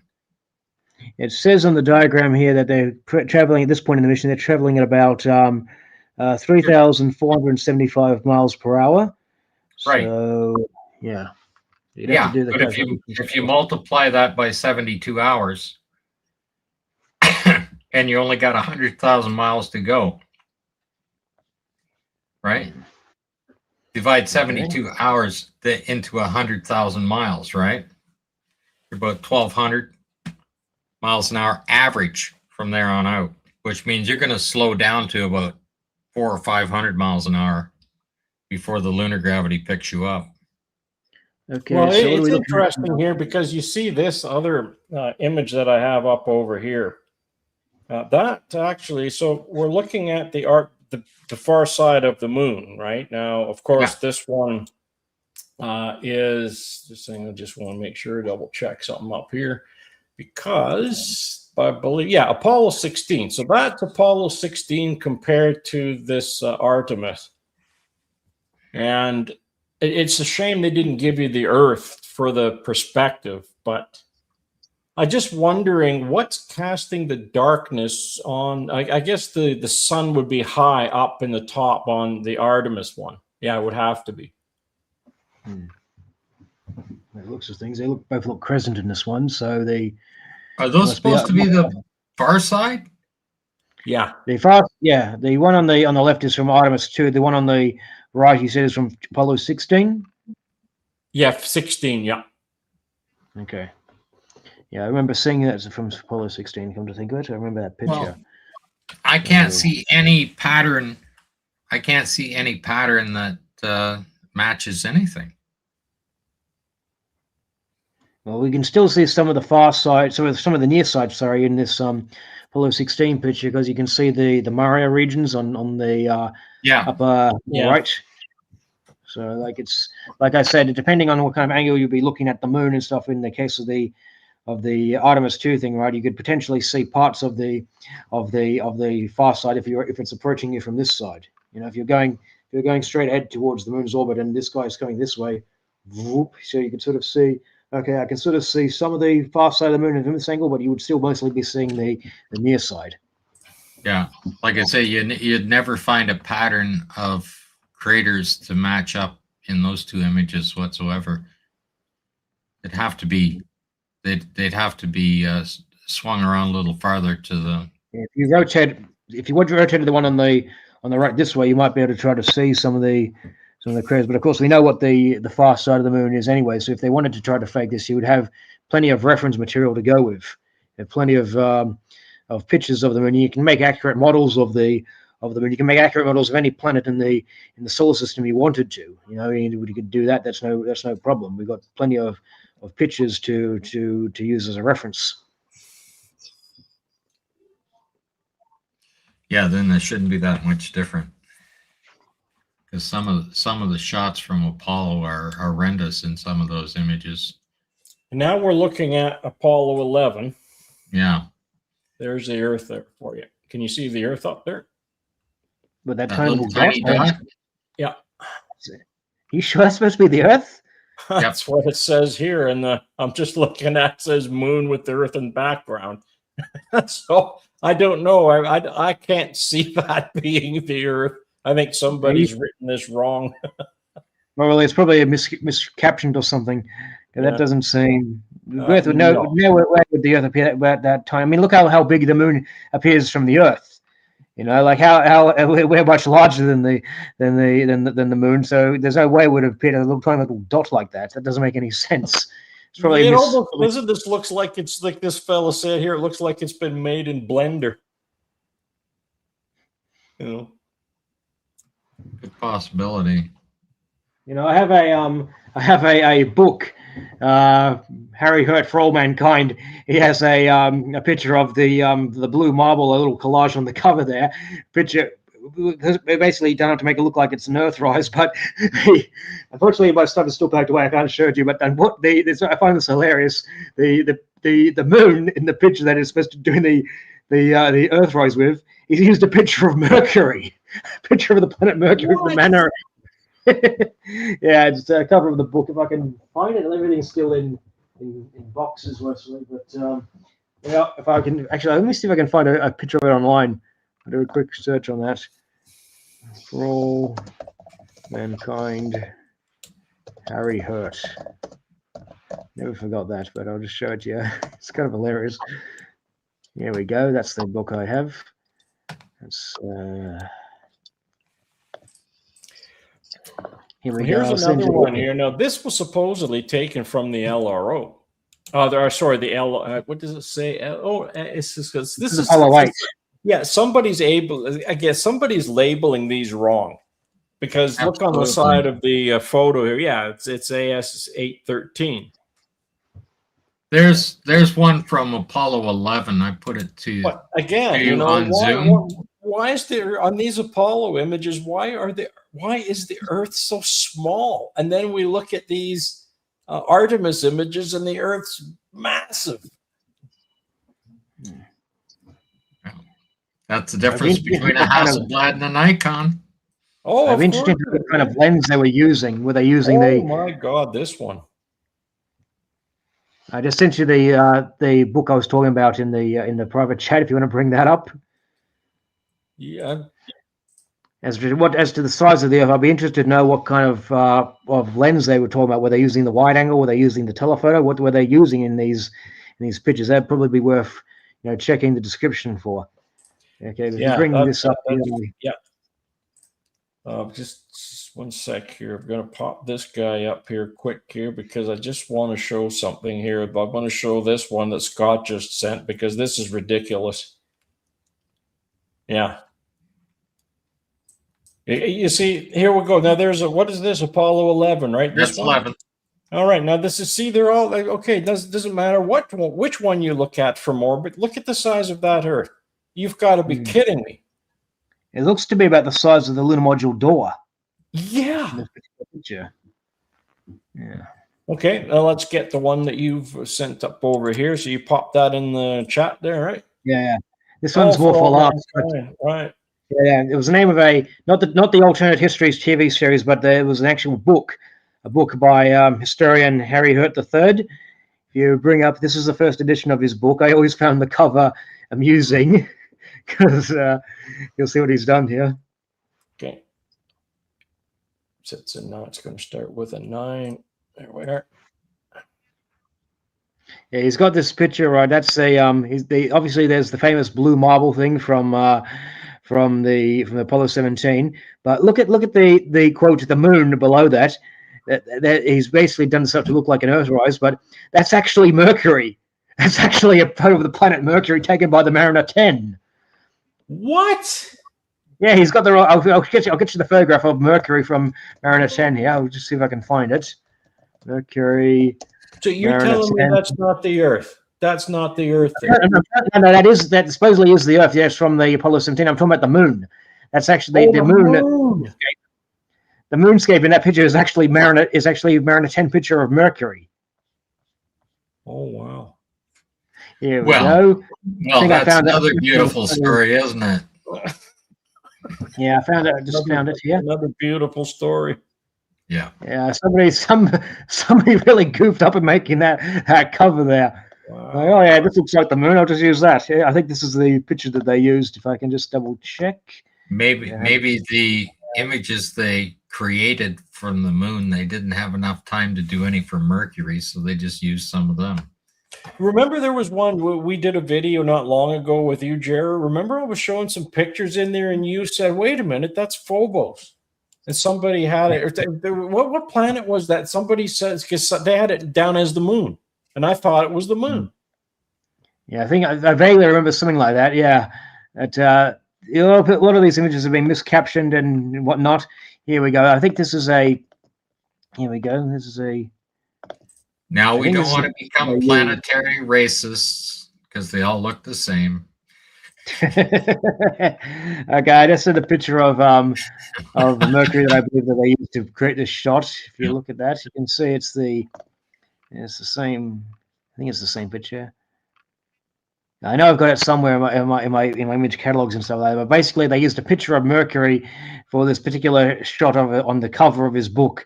Which, how they managed to do that, I have no idea. Wow. Look at this. Yeah. Oh, Mariner 10. Okay. Yeah. Okay. I'll take a shot. I'll pop this one up there for sure. Yeah. Yeah. That's crazy. How do they mistake?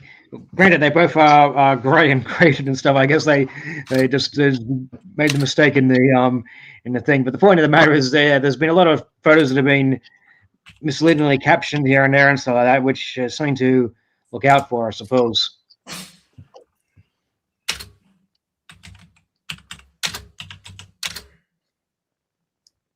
So we got, I believe it was 3586. And there we have it right there. Okay, so let's pop that up and have a look and see what we're, yeah. Okay, 3586 there. Let's just pop that in there. 3586. And then let's see, pop it there. Image 3586 should be right above what?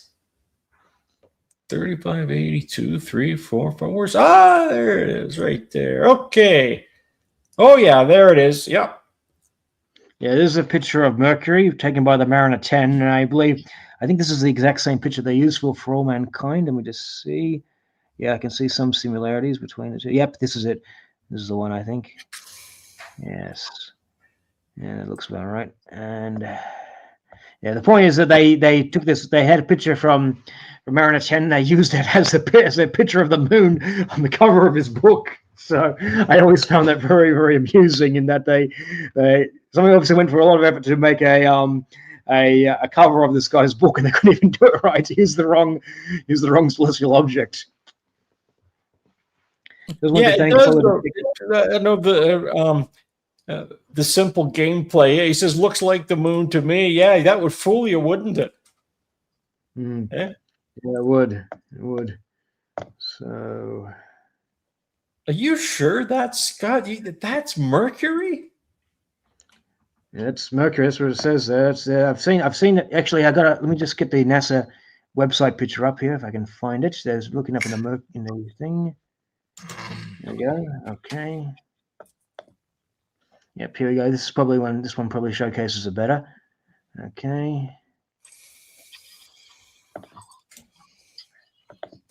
That's around the 10 frame. Yeah. I just sent another version of that picture in the chat. There's a few others in this Google image search I can point to. Yeah. Yeah, because I remember seeing that particular photo in a space book that I had as a kid, and I remember. Okay, yeah, this is a picture from the Mariner mission. This is a picture from Mariner 10. Okay, and yeah, this is the exact picture that they used. Here we go. Look at that. Well, I just Googled images of Mercury and the close-up ones.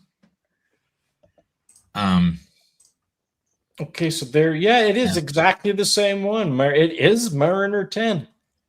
Yeah, I'm just looking at the images that they've come up with for Mercury. You know what? It sounds like Vietnam here again, because you see, I have a neighbor, and he has 2 Bell Jet Rangers and another helicopter, right? And he's right there, right across the street. I don't know how the heck this guy could get a license to operate those machines here. It does. It sounds like Vietnam in the morning and in the afternoon, right? It's just okay. You just go, I'm not again. Okay, I just sent the picture. I found the exact angle, exact picture from this thing. This is a Mariner 10 photo. I got this from this Mariner 10 I've been looking at all of them as well here. And Okay, I there's hear you. very many similar, and there I see the exact one here as well. It's from the BBC. This is from this website here, Coalition of Deep Space Exploration: The Legacy of Mariner 10. Okay, and you bring that up, you can see. And there's the next one, a picture. That's another picture from the, I think that's the Wikipedia one. Pick up the one after that. That's the last one I got. No, hang on, says I just posted 2 more in the chat. I reposted the book, and I posted a new picture here called exploredeepspace.com. Let's see here. I got that up there. Okay, here's the that picture. Okay. Yeah, that's just a picture, right? Yeah, that's just a picture. Yeah, if you just pull that one up, you'll see that's the exact shot that they used. For the this one showcases it better, I think. It shows the exact same angle and used on the cover of his book. Let's have a look at it. Let's see. P79. All right, let's have a look at that. We shall pop that guy down and get rid of you. And then we'll add him back up there. How about that? So let me see here. So it's a P79 down on this little scale here. Let's see. Where is the... Hey, how come it's not showing up here? Yeah, how come there's no aliens on Mercury? I never talked about anybody coming from there. They don't, Well, it's got no atmosphere. It's too close to the sun, so there's a number of things. I've actually read up, exploration of Mercury, some of the proposals that they were doing. If I recall correctly, a day on Mercury is longer than a year. It takes about 88 days to orbit, right? And so you actually get a longer. If you had a base on the polar region, you could potentially traverse down to the far side, to the side facing away there, where it's much cooler at night, or you can traverse to the sunlit regions if you chose to. And so that's one of the proposals I've seen for Mercury exploration. Okay, have you got the picture up? I wasn't talking chromatically.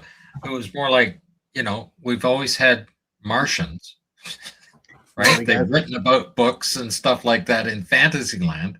How come we didn't have any from Mercury? Right. This is the picture I was talking about. You see that picture now. You compare it to the one from Harry Hurd's book. That's literally the exact same angle, the exact picture. Same one. Yeah. This is. How come we didn't have? I mean, being Canadian, at least they could have a hockey team, and we could go play off with them. Just because we have Martians that invade us, like at least on the radio they did. Back then, and everybody, and they wrote books about them. They made movies about Martians and stuff coming to the planet. Why not from Mercury? Oh, that'd be too easy. Well, it's funny how one guy says, he says, all these ships that they say have crashed here, right? They got 9, 10, then, there's bodies, and then they say, well, there's 9, EBEs.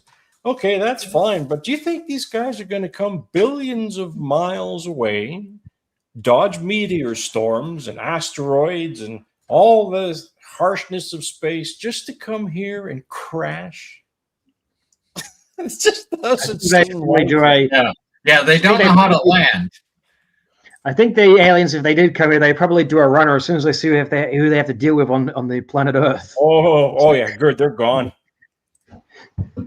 Oh, they might stop. They might. You never know. They might stop at a Stormy Daniels rub and tug. Alien?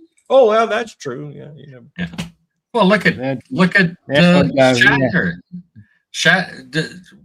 Bill Shatner. They wrote it in the script. Any alien he came across, he had sex with. Yeah. Everything was compatible. That boy was, quite the athlete. Right, that's a good comparison picture you got there, right there. Like I was looking at that picture. I knew I'd say that's interesting because all of those craters match. Like when you start at this one here, like at they match. Yeah. So some guy obviously goofed when they were making the cover of his book there. Obviously, the picture of the Earth there, that's from Apollo 17. That's the famous blue marble shot. That was just shot on its own. Somebody's composited it into this picture of Mercury. It's supposed to be an Earthrise, but they've just screwed the pooch there. That's supposed to be the moon, but no, that's a picture from Mariner 10. I had collected space books all the time as a kid, and I remembered saying that picture looks familiar there. I can't find that in any of the Apollo images. I look here through my space books, and hey, there's a picture of Mercury right there from the Mariner 10. That's where they got it from. Yeah, well, maybe if they cut it out of a magazine, right? Then they get rid of all the text, so they don't know what it's a picture of anymore, right? Perhaps. You know, and they said, "Hey, use this for the cover of your book." The same book also had a picture in the image pages, which there was captioned as a picture of the CSM from Apollo 11. It was captioned as that, but it was actually I think if I recall correctly, I think it was from Apollo 15. So it makes you wonder, were they didn't comment? Were they reusing the pictures and stuff for different missions and shit? But anyways, this is a. Well, we should wrap it up, guys. It's 4:30 now, 4:39. So, yeah, that was great. Fantastic. We had 168 here total. That was the That's top. pretty good live. Yeah, that's a good live for this. Yeah, for this time it was, because usually we get that on the other with Wheezy. We barely get that, if not the same. So yeah, this was fantastic. So just to summarize where our positions are for Artemis 2. Robert, you're convinced that they went. Scott, you're not convinced, and I'm inconclusive, I guess. Well, I would say that they completed part of the mission. Okay, whether they had people on board or not, that would be one aspect that because we can completely, in this day and age, put something out there autonomously, right? Take pictures, whatever, and the rest of the stuff is Felix and Paul Studios, fill in the blanks, right? You know what? One thing I'd like to just quickly say about this: Mars would be a one-way trip for anyone going there. I'm going to tell you why it would be a one-way trip. Because first of all, and we were talking about this morning in the kitchen, and I was saying, a family member was visiting here. She asked me, she says, well, what about Elon Musk and Mars? I says, well, he's not going there anymore. He's going to the moon instead. And she says, well, why is that? And I says, well, it's very simple. I says, first of all, they're going to land a rocket on Mars, right? Okay, it's going to take 9 months to get there. Then it's going to be 2 years on that surface before before the Earth lines up with Mars again.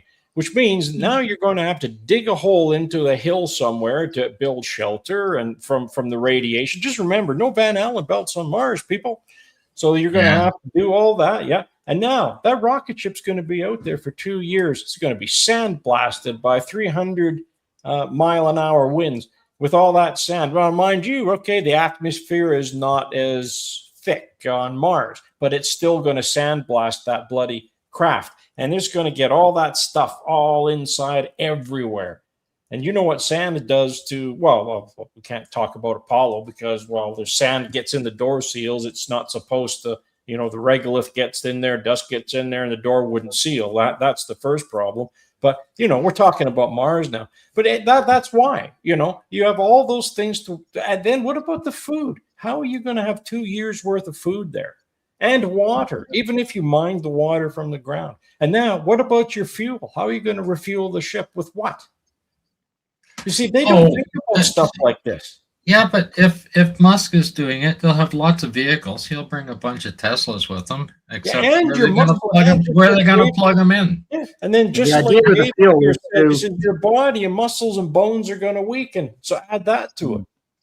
The idea with the fuel thing is often stated that you would mine, the water ice, use that to turn it into hydrogen and oxygen fuel, or in the case of his methane rocket, you would get methane from the air or from the rocks and this and that, But it's a whole process in and of itself, which means you're going to have some sort of conversion facilities thing landed on the planet, so you can actually do that sort of stuff. And again, who's then gonna you've build got the plants? Who's going to build all these plants to extricate the water from it to turn it into hydrogen? Now you're going to need a hydrogen plant there. That would already have to be existing. You'd already have to have all of that stuff built before anybody went there. It would have to be done by robots. Yeah, that's about the size of it. And you'd need 4 or 5 acres of garden for the number of people or more. The number, like he's talking about sending 50,000 people or whatever, right? Are they calling you from the moon? Oh yeah, Artemis. Hey Scott, Artemis is calling you. They're calling you. Yeah. This for Mercury, so yeah. The Canada Mercury hockey games are just going into the playoffs. I like that. It's Nixon. It's President Nixon. Anyway. Hey, I'm gonna let you go because I gotta take this call anyway. Yeah, I gotta get back to later. work. Hey, thanks everybody for showing up. That's great. We're gonna have the tribute to Marcus in a couple of weeks. I hope you all can make it. Anyways, you guys all take care out there on YouTube land, and we will see you next time. Bye. Okay, Bye. take care. Yeah, take care. Any updates? We'll let you know. That's right. All right, take care, guys.